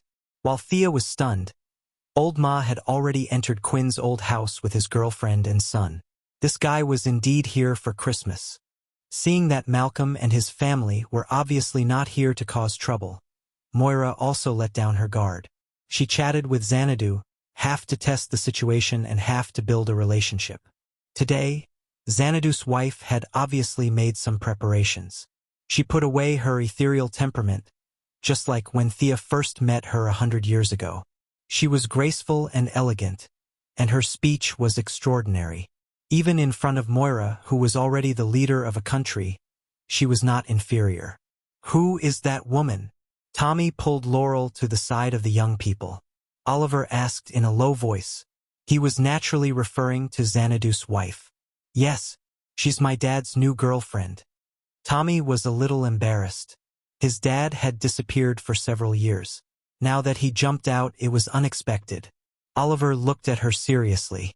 This woman seems to be very powerful. She's not an enemy, is she? After that, he looked at his sister and Diana. In Oliver's view of the world, it was always right to ask his sister about these strange things and people. When Thea was hesitating whether to say it or not, Diana directly sold her out. Thea knows best. They have some history. Milady looked back at her as if she was a traitor. She quietly set up a small enchantment and explained to them, she's Xanadu's wife, the youngest sister of the goddess of the lake in Celtic mythology. As for my history with her, it's because my sword is the sword of the lake. This is what Diana is referring to. The Valkyrie shrank her neck. She forgot that Thea's Merlin bloodline could not be exposed. Fortunately, Milady covered it up. Chapter 645. The story of the sword in the lake, King Arthur and the goddess of the lake, was known to everyone here. Even Shadow had heard of it before. Their mouths were wide open as they tried to digest the news. Oliver and Shadow didn't care about it, so they just treated it as a story. Tommy and Laurel, on the other hand, had a hard time. Fortunately, they were experienced and knowledgeable. Diana was a living example, so they weren't too surprised. They were just scratching their heads about how to deal with their relationship in the future. With 4 more people, the Christmas party went on as usual. Everything was peaceful and no accidents happened. The young people agreed to go out for a walk. Malcolm and Madame Xanadu also got up and left. Old Ma, Oliver, and Tommy walked in front. The women were a step behind. Madame Xanadu looked at Thea carefully for a while and sighed. Have you come this far? How far had she come? Laurel and Shadow were full of questions, but they wisely didn't ask. I was lucky, but the road ahead is getting harder and harder. Thea's relationship with Xanadu had always been neutral. In the past, they were simply seniors and juniors. Now, they had become seniors and juniors. Madame Xanadu wasn't angry that she was surpassed by her juniors. Her expression was still indifferent. Fate has shown me that the path you're on is completely correct. Don't be afraid, don't hesitate. Follow your heart and persevere. The group walked to a crossroad. Malcolm and Xanadu parted ways with them. Thea didn't say a word to Old Ma. They didn't even look at each other, but they understood each other's thoughts. Oliver, Tommy, and Laurel weren't devout believers. Shadow was from an indescribable country. Thea and Diana were even worse. It was torture for them to go to church. They decided that the night was long and they couldn't sleep. They might as well go and fight criminals for fun. Returning to her old base, Thea had a lot of feelings. Felicity and Ray Palmer were now together. They had a good chance of becoming a couple. She had already left this place and was heading for a wider world. Perhaps Star City's public security was too good, or perhaps the criminals had a premonition that there would be a disaster tonight. The 6 of them guarded the communication channel for a long time, but none of them called the police. Let's have a contest, suggested Oliver. Everyone had nothing better to do, so they all agreed. After agreeing with everyone's opinions, they decided to compete in archery. Green Arrow Girl, and Black Arrow all relied on their bows to survive, not to mention Thea. Diana also knew how to shoot arrows. Back then, Antiope had taught her for a long time, but she preferred close combat and did not usually use a bow. It was worth mentioning that Laurel had also learned archery. The Green Arrow Party was now a veritable shooting club. There wasn't a single member who couldn't shoot. Everyone displayed their skills. Thea and Diana also suppressed themselves to the level of an ordinary person. They only competed with their archery skills, which instantly highlighted Oliver's strength. Even if Thea and Diana used all their archery skills, they still couldn't surpass him. This was Oliver's talent. They played around until 3 o'clock and then went home. Diana officially moved into Quinn's old house. The election was over, and this kind of private life could not shake Moira's position at all. Could even help her share the political pressure, so she was very calm. Is this your adoptive father? The 2 girls took a shower and changed into their pajamas, lying on the bed. Thea showed Diana her childhood photos. While looking through the photos, Diana pointed to one of the photos and asked. Thea was only 6 or 7 years old in the photo, riding on the neck of a middle-aged man. This middle-aged man was Robert Quinn, who died in the shipwreck of the Gold Quinn. That was where everything began. Thea looked at the photo and was also immersed in her memories. It was in Hawaii. At that time, he was fishing. I pestered my father and rode on his neck. Haven't you thought about resurrecting him? Diana hesitated for a while, but still asked the question that had been on her mind for a long time. Thea was silent. Recently, she never got tired of giving others choices every day. Only when the choice fell on her did she realize the dilemma. Although resurrection methods were rare, it was not impossible. Whether it was Hera or the Heavenly Father, they both had some. As long as she made a deal, they would give it to her. But what about after the resurrection? The Gold Quinn was sunk by Malcolm. Old Malcolm really treated her well. What should she do then? Watch her biological father and adoptive father fight, and the white knife enters and the red knife comes out. Besides, Moira's attitude and Oliver's thoughts also needed to be considered. They all knew what she was capable of now, but no one mentioned resurrecting Robert Quinn. It was more of a dilemma. Thea silently stroked Robert Quinn's photo. The mistake of her father's generation had been made. What should she do? In order to stop all this from happening, should she go back to the past and cause a big incident like Thea's version of the Flashpoint? That would be interesting. If Robert Quinn knew that he had caused a multiverse-level disaster, he would not be willing. He would rather die with a smile. Thea was sure of that. Diana kissed her on the forehead, and Sia lay down in her arms. The two of them didn't have any sparring, but just hugged each other quietly until dawn. Thea did not make up her mind in the end. Just like Batman chose to indulge the ninja master, she chose to be an ostrich and drag on to maintain the status quo. Another month passed quickly, and it was finally the day of the swearing-in. Early in the morning of January 20th, the family of 3 was dragged to the church for a worship ceremony. Moira was serious and solemn, while Oliver and Thea were a little more casual. At least this wooden god was not worthy of the goddess of wealth. After that, the former president accompanied the current president to Capitol Hill. Thea certainly could not hold the holy sword on such a day. She wore a quilt. She wore a blue dress, carried a handbag, and wore a pair of 6-centimeter high heels. She wore a few simple accessories, and looked very low-key and simple. In truth, the dress was personally woven by Armani using divine threads. The high heels were made of dragon leather, and the heels were made of polished dragon teeth. The accessories were also part of Hades's collection. Any one of them was a quasi-divine artifact. She had now reached the point where she could casually waste precious materials without blushing. Dr. Quinn is getting more and more beautiful. The former president had never seen Oliver, but he knew Thea. Of course, in the past, Thea had never brought him any good news, so for a long time, it was a nightmare for the young lady to appear in the president's dreams. Today, the former president swept away his decadence, and his face was glowing. He walked with the wind as if there were springs in his shoes. Compared to Moira's serious face and his cheerful appearance, those who did not know the inside story would think that Moira was the former president and he was the current president. Chapter 646. Looking at the former president's energetic appearance, he did not look like he was going to Arkham for treatment as advertised by the media.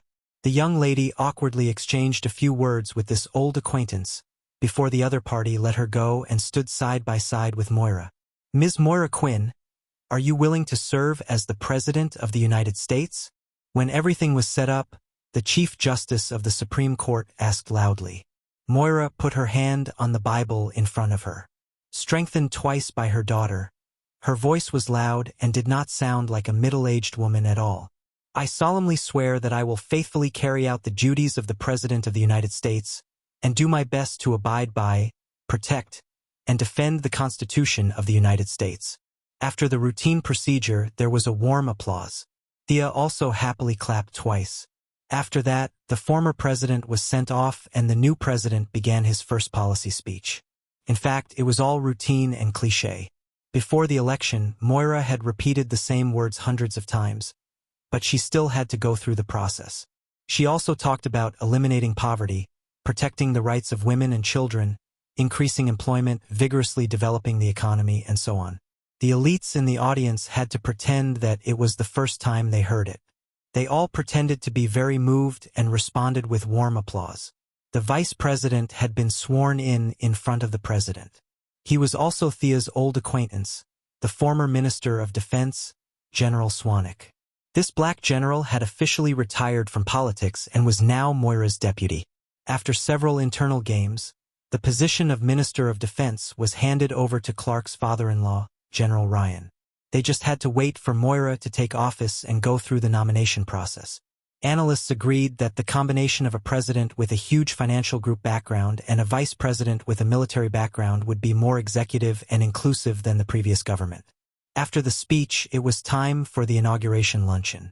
Many guests had been standing under the sun for half a day. Some of the older guests were so tired that they were about to collapse. They took the opportunity to rest for a while and eat a simple meal. Most of the guests were greeting each other.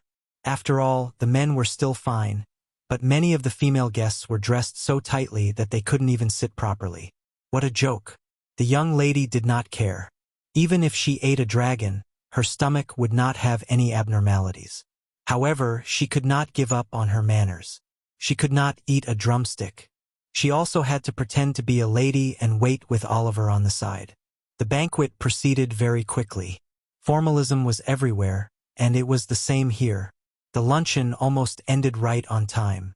A group of people walked out in an orderly manner. According to the procedure, it was the presidential inauguration parade. The motorcade circled along Pennsylvania Avenue, and finally, the president went up to the viewing platform of the White House to watch. The parade was made up of the honor guards of the 3 armed forces, civic groups, and various floats. Finally, there was an inaugural ball and the event finally came to an end. "Io, I'm so tired." The young lady felt that today was even more tiring than the battle with the eldest son. She threw herself onto the big bed in the White House, exhausted. For the next 8 years, she would have a bedroom here if nothing unexpected happened. This was the only reward she had gained after several months of hard work. She was so tired that Oliver and Moira were not much better off than her. The whole family had gone to bed early. Early the next morning, Thea was awakened by the noise. Just as she was about to cast a chain lightning to kill the flies, she finally realized that she was in the White House. She awkwardly put away her magic and observed the people outside. She changed into casual clothes and walked out leisurely. The breakfast in the White House was very simple. The waiter brought her a small plate, a few slices of bread, a few pieces of bacon, a palm-sized pancake, and a glass of milk. This was the breakfast for the day. Thea did not care whether she ate it or not. She just thought it was funny. Those guys who protested every day about the luxurious life in the White House should really come and see. This breakfast was at most $10. According to this standard, how much money could they spend in 8 years? She quickly finished her breakfast. On the first day of the new president's term, there was a routine press conference. Thea dressed herself as quickly as possible and stood in front of the White House lawn. She narrowed her eyes and listened to the reporters asking all kinds of strange questions. Originally, she thought that this matter had nothing to do with her. She was thinking about the god of death. Suddenly, a reporter mentioned her name and quickly pulled her attention back to reality. "Dr. Quinn, is it comfortable to live in the White House?" Well, those with the title of Ph.D. must be addressed as doctor in public. The Missy had always praised herself for her persistence in the past. Otherwise, Miss Quinn would sound very low and inferior.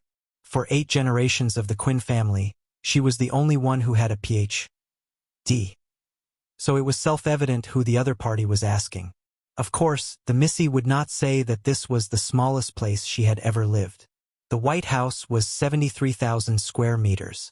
It was not small, but compared to the properties under her name, it could only be said to be SOSO.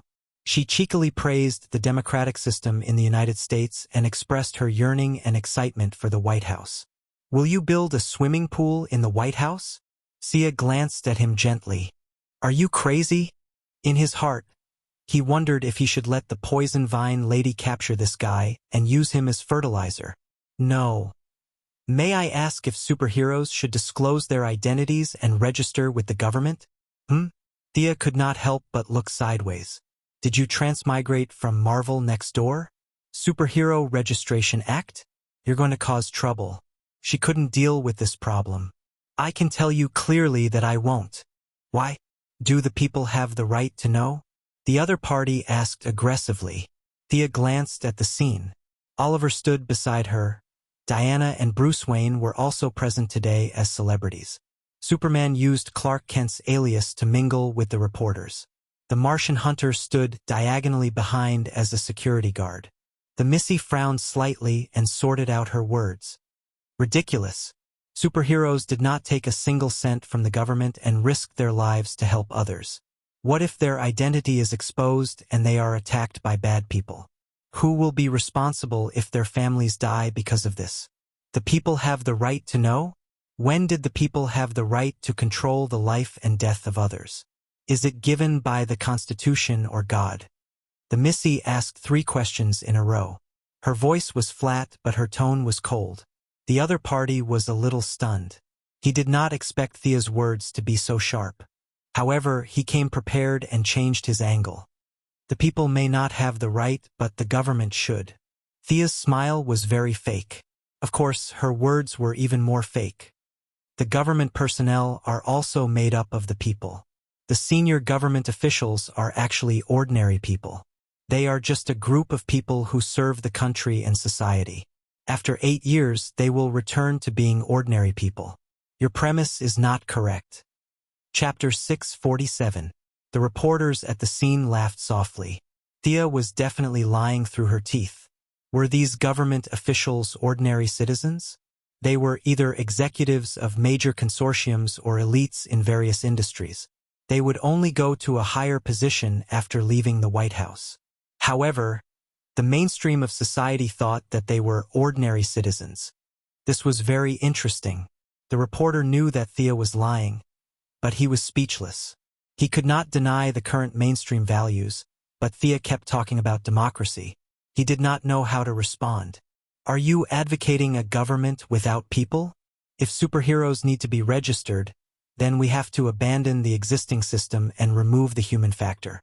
Mr. Reporter, are you suggesting that we use supercomputers to control all systems according to established procedures to restrain everyone? Thea was getting more and more excited. Wasn't she just spouting nonsense?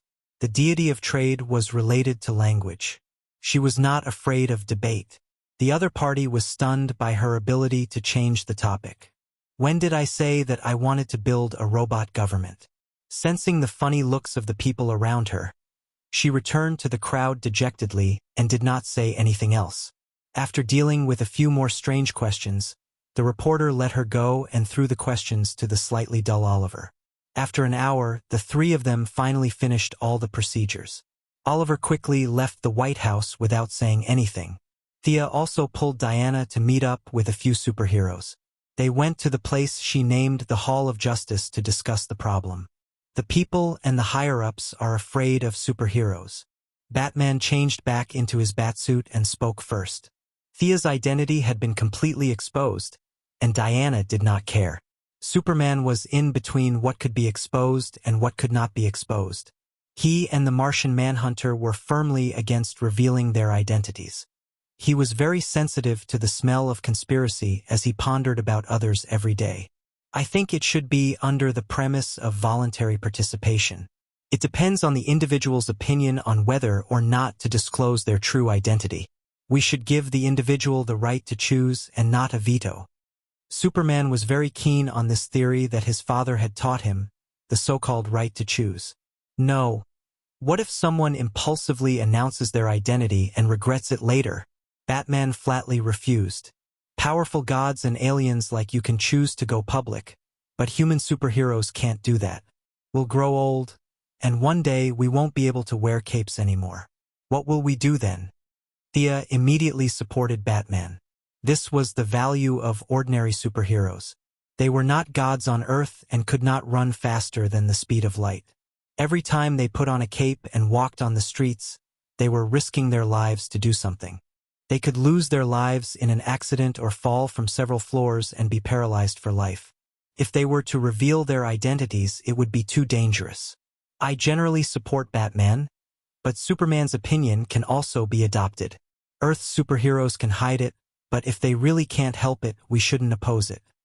Thea tried to mediate the opinions of the two, but unfortunately Superman and Batman were very stubborn. Superman was determined to give the choice to the individual. According to his original words, they had no right to make decisions for others. Batman, on the other hand, had an attitude of, "I'm very experienced. They will regret it in the future, so I must take precautions in advance." The young lady's opinion was relatively neutral. She felt that Superman was too idealistic, and Batman thought too much about the dark side. Neither was suitable. As a result, the two refuted her again and criticized her for swaying her position. After that, Diana and the Martian Manhunter also joined in the discussion, and the five of them argued endlessly. In the end, they could only temporarily put aside the dispute and wait for more superheroes to appear before discussing this issue. In the next few days, Moira officially entered her role and began to meet frequently with people from all walks of life. To put it nicely, it was to listen to the opinions of all parties. To put it bluntly, it was to argue with a bunch of people. Moira was busy for a whole week before she cleaned up the mess left by the former president and began to patrol within her authority. The first stop was the Ministry of Defense. General Ryan led a group of senior military officials to accompany her. Thea was quite familiar with the Pentagon, and now she also came to watch. Her future policy was also discussed with her mother. Moira was very appreciative of Thea's way of making the former president spend all his time on military affairs and incur infamy. After that, the current president vigorously developed the people's livelihood. After taking a cursory look at the mothership in the dock and the giant mechs that were still training in the military base, Moira expressed her approval. After that, they came to the second stop, the Heaven's Eye Society. "Is this the new mutant you recruited?" Thea pointed to a female warrior in a purple-red bodysuit and asked Amanda. Now, there were more and more mutants in the Heaven's Eye Society. Dr. Light and Dr. Mist were the best among them. Including the Suicide Squad, their number was really not small. Hee. Her code name is Black Orchid. Amanda smiled a little awkwardly. The role had changed, and now she didn't know whether to answer Thea's question or not. Thea glanced at the female warrior and snorted softly. "It's the product of human experiments. You added the green of all things and the red of all things into the same body at the same time. This is the only survivor, right?" After that, she shook her head gently and let go of the topic. At the same time, she also praised the black technology of the Heaven's Eye Society. The green of all things and the red of all things, such things that deviated from the rules, how did they coexist in the human body? The Heaven's Eye Society bases were all over the country, and Moira didn't have the time to check them one by one. She just listened to some reports and completed the established procedures.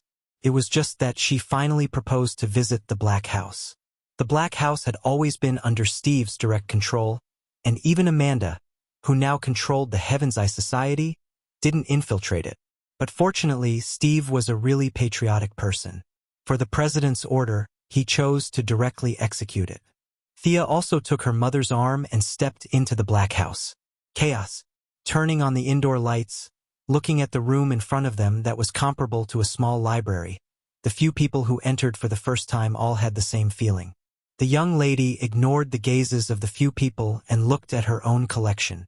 After looking at the treasure house of the three Zeus brothers, she only had one thought. This place was simply a garbage dump. All kinds of messy things were piled up together, and there must be some high-quality goods. For example, at first glance, she saw a golden helmet in the shape of a full golden bell, quietly placed in the corner. This was the sole manifestation of the god of order of the two rivers, Nabu. The person who wore the helmet could instantly merge with Nabu and become a powerful mage, and had a lot of abilities such as time travel, immunity to aging, and precognition of danger. It was recorded that there were a total of 8 people who had worn this helmet, and they all called themselves Dr. Fate. Chapter 648. Ridiculous. Thea scoffed at their self-title. What was the point of being possessed by a god, assimilating their form of existence and gaining unparalleled power in a short period of time? They couldn't even see themselves clearly, yet they gave themselves the code name of fate. It was ridiculous. Using the short decades of human life experience and knowledge to understand a god that had existed for tens of thousands of years, she could only say that she should cherish it. This was a possession artifact. The only lucky thing was that God Nabu was kind. Otherwise, God Nabu could be resurrected with a body. Sia used her divine telekinesis to check the helmet. The other party's spirit body was still full of vitality. However, there was a limit to how strong the spirit power was. She forced herself into his spiritual world and found that this guy was not a bad guy. It was just that his understanding of the order was too narrow and did not match her position as the god of wealth. Thea retreated embarrassedly. She couldn't absorb this guy's divine power. Her personality and position were both neutral. There was a big gap between her and the order. It was worthless. She crossed out the helmet and continued to watch with her mother. The floor was full of junk. Whenever the people of the Sky's Eye Society found something strange, they would throw it into the room. They didn't know what it was for, so the only way was to pile it up. Divine power, magic power, wizard power, and even some power that Thea couldn't name filled this space. Merlin's robe, African tribal totems, voodoo altars, Native Americans hunting javelins, and she even saw the writings of some Onmyoji. The Sky's Eye Society must have robbed these things, right? These things were relatively harmonious, but they were all placed outside by Steve. The content inside was even more unbearable. Colonel Steve Trevor, can you tell me what this is? Thea pointed to a dried human head hanging on the shelf and asked Steve. Steve was quite serious. He took out his little notebook and flipped through it for a long time. It's the ancestral body of a small tribe called Kuka from Central Africa. Thea squinted at the body. It was horrifying just to look at it. Colonel Steve, this thing doesn't have a trace of magic wave. Take it out and burn it. Amanda responded with a sneer. She was happier than anyone to see Steve in trouble. He turned around and ordered his subordinates to deal with it. A few of his subordinates also felt that this thing was an eyesore hanging there. They all threw it into a bag with a look of disgust and prepared to take it out to deal with it. Thea originally didn't want to interfere, but seeing the mess here, she really couldn't bear it. For example, the head that had existed for hundreds of years was her ultimate outburst. What kind of lousy thing was it? It had been air-dried for hundreds of years. Even if it was thrown to a dog, the dog wouldn't eat it. Instead, it was hung up so conspicuously like a treasure. The Steve from 100 years ago was much more fun. However, she didn't make things too difficult for the Heaven's Eye Society. She would give her own suggestions regarding curses, and it was up to them whether they accepted them or not. Over the next few days, Moira began to tour various places. Considering that some places were indeed dangerous, Missy accompanied her to visit Belgrave Prison again. This prison on the Gulf of Mexico was surrounded by swamps, and the most notorious criminals in the United States were imprisoned here. 13,000 criminals were imprisoned here, and the prison guards all looked tough and well-equipped. The United States was very interesting. The result of the democratic system was a frighteningly high crime rate.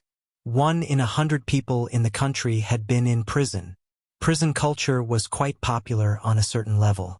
Prison Break and Shawshank's Redemption were all specialties formed by this unique culture. The mother and daughter followed the prison warden with a large number of guards. Defense Minister General Ryan and Heaven's Eye Society's Amanda also brought their own people to accompany and protect them. The prison warden was a black man with a fierce face and a tall figure. Thea didn't bother to look at him after a glance. This guy must have been greedy for money in this position. Strictly speaking, the main part of Belgrave Prison was underground. The criminals on the first floor were all ordinary people who had committed serious crimes. Once they entered the second level of the underground, there would be some capable and organized criminals. For example, Captain Lenghan, who Thea had dealt with before, and B-Woman, who controlled the B-Robots, were all imprisoned on this floor. On the fourth floor, which was the bottom floor, there were already many criminals with superpowers. Several elites of the Suicide Squad were imprisoned here in different areas. Some of the cells were specially modified for superpowers. Suicide Squad. Moira looked at the mission information of the Suicide Squad and was a little hesitant. She couldn't be blamed for thinking so. Amanda was simply too harsh on this group of people. She simply sent them to wherever they were needed. They entered and exited the most dangerous places and did the most dangerous jobs. And the reward was Amanda's empty promise of a reduced sentence. As for how long their original sentence was, no one knew. This was a little too much. Today, there were 5 members in the Suicide Squad. They were Death Archer, Clown Girl, Killer Crocodile, Revenge Demon, and Bronze Tiger, the Grandmaster of Combat who was defeated by Oliver in Star City a few days ago. Under Amanda's nervous gaze, Moira closed the document seriously. Treat them with respect. Don't give them a mission that will kill them. Black Skin Amanda immediately said that the leader was wise. She firmly supported her. Neither of them mentioned releasing these people. A lot of dirty work was not suitable to be left to the government, so these people could only do it.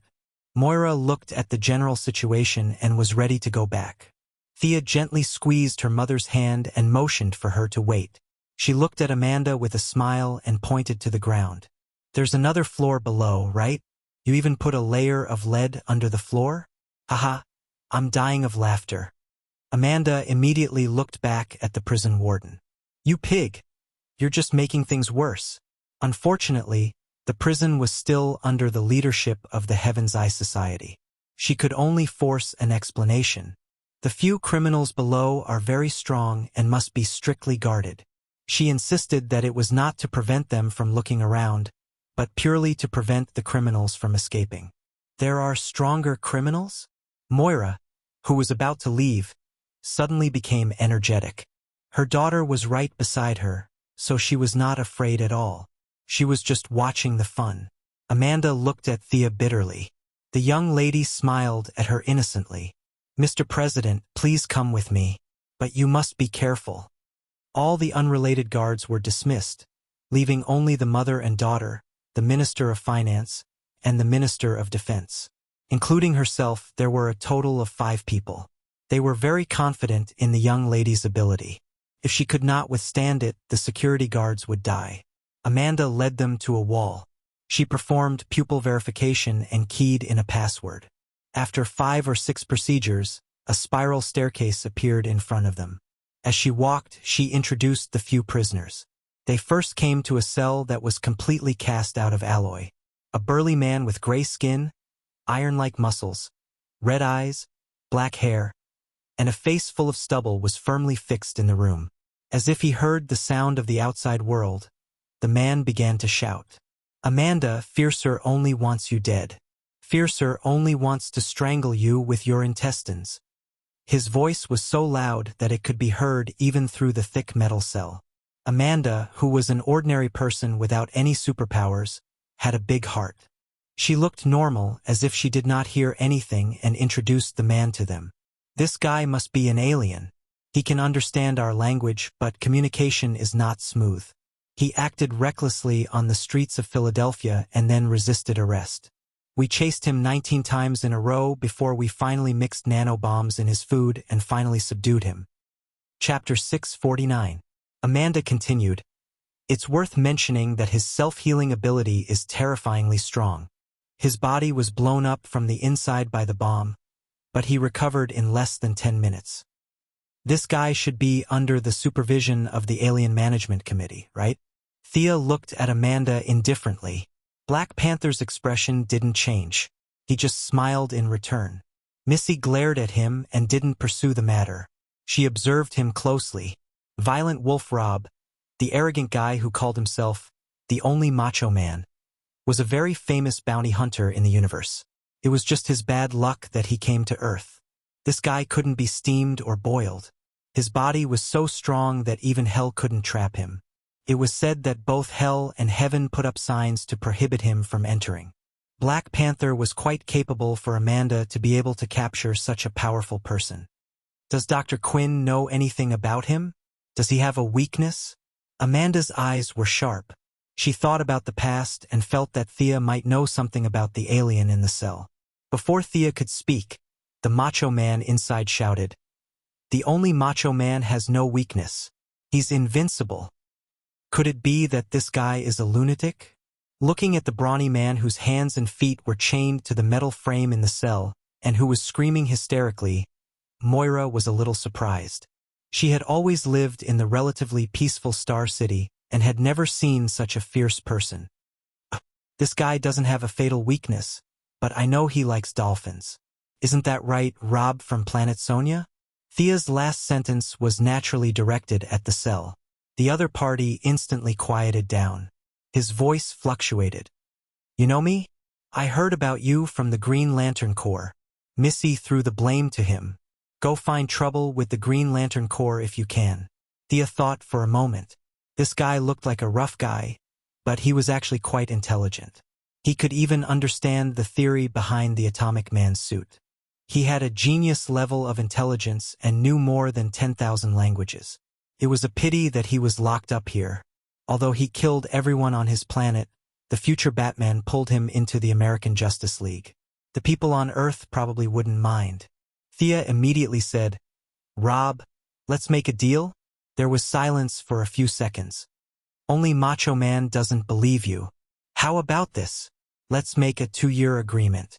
Use your knowledge and combat power to help the people of Earth, and we'll give you your freedom. I'll also personally give you a cosmic dolphin. What do you think? Thea felt that if Batman could whitewash this guy, she could too. Killing the people of an entire planet had nothing to do with the people of Earth. When Amanda heard that her prisoner was going to be released, she wanted to say something a few times, but she held herself back. She felt that this prison was impregnable, but Thea had a different opinion. With her sharp eyes, Thea had already noticed that it wasn't difficult for Robert to break free from his shackles. It was just that she didn't know what was going on in this guy's head, which was why he hadn't acted yet. There was no need for her to be criticized at all. She calmly exposed this layer of window paper. Stop pretending. Sit up and let's talk. As soon as she finished speaking, Robert suddenly sat up under Amanda's nervous gaze. The metal shackles that bound his hands and feet broke like pieces of paper. Thea glanced at Amanda. The meaning in her eyes was nothing more than, see, if I didn't come today, your intestines would have been pulled out and strangled by this rough guy next time. There was finally a trace of panic in Amanda's expression. The enemy wasn't restrained. If he rushed out, she, as an ordinary person, couldn't stop him. Robert broke free from his shackles, stretched his hands and feet, walked to the side of the cell, and looked at Thea through a thick layer of metal. He was 2 meters tall, and Thea was also 8 meters tall. She was wearing high heels, so the difference in height between them wasn't big. Robert's blood-red eyes looked at her for a long time, and the corner of his mouth had a trace of a sneer. I've killed a few guys like you. Thea wasn't surprised that Robert had killed gods. The universe was too big, and there were always some old gods that fell into the hands of the strong and became a boast. Thea was fearless. I'm not like them. You're no match for me. Haha, you're very strong. Do you have a space dolphin? The two didn't talk about the release, and only talked about the content of the deal. Yes, I only have 2, and I spent a lot of money to buy them. Thea controlled a large neutral business alliance. Diana liked all kinds of rare materials, and she liked cute little animals. There were very few space dolphins in the entire universe. This animal was similar to the Earth's dolphins. Its body was shiny, its belly was white, and its tail was swinging. It looked silly. The only difference was the living environment. One lived in the sea and the other lived in space. Other habits were similar. Thea searched the universe and only found 2. Now she was ready to take out one to make a deal. A bunch of Earth people couldn't compare to the value of a space dolphin. Robert was very clear. His eyes seemed to fall into some kind of memory. He could feel Thea's divine power. Robert didn't know what a god was, but he had been on the battlefield for a long time. He did kill old gods, and more than one. Making a deal with a strong person was completely in line with his principles. Not to mention that it was a space dolphin. He was still worried and asked, as long as I help the Earthlings for 2 years? Yes, you can't kill and you can't destroy. If the Earthlings ask you anything, you must tell them if you know. If there is an invasion, no matter what you are doing, you must wholeheartedly help the Earthlings to fight. Thea stated her requirements. Robert's scary big face thought for a while, and his scarlet eyes looked straight at Thea. Okay, I promise you. Thea nodded and pulled Moira back a few steps. The two ministers and Amanda didn't know what she meant, but they also stepped back. Next, Robert punched the wall of the metal cell fiercely. The cell shook violently, but it didn't break. Amanda was relieved. However, this was just the beginning. Robert fully demonstrated what madness was to them. If one punch couldn't break it, he punched 10 times. When his left hand was broken, he changed to his right hand. When his right hand was also distorted, his left hand returned to normal. When he punched the 33rd time, the cell finally couldn't bear the weight and a big hole with a diameter of 0.5 meter was punched out. The only fierce man is out. Where's the dolphin? Robert didn't even look at his bloody fists. He opened his mouth and asked about the dolphin. See, Amanda? Your cell can't hold him at all. Thea looked at Black Panther playfully. Amanda felt lucky and embarrassed. She was speechless to the extreme. She secretly decided that she would send the guy who designed the cell to the Siberian Observatory later. Where's the only fierce man's dolphin? Robert saw that she ignored him and asked angrily. Don't worry, don't worry. Thea comforted him first. She didn't raise this thing on Earth.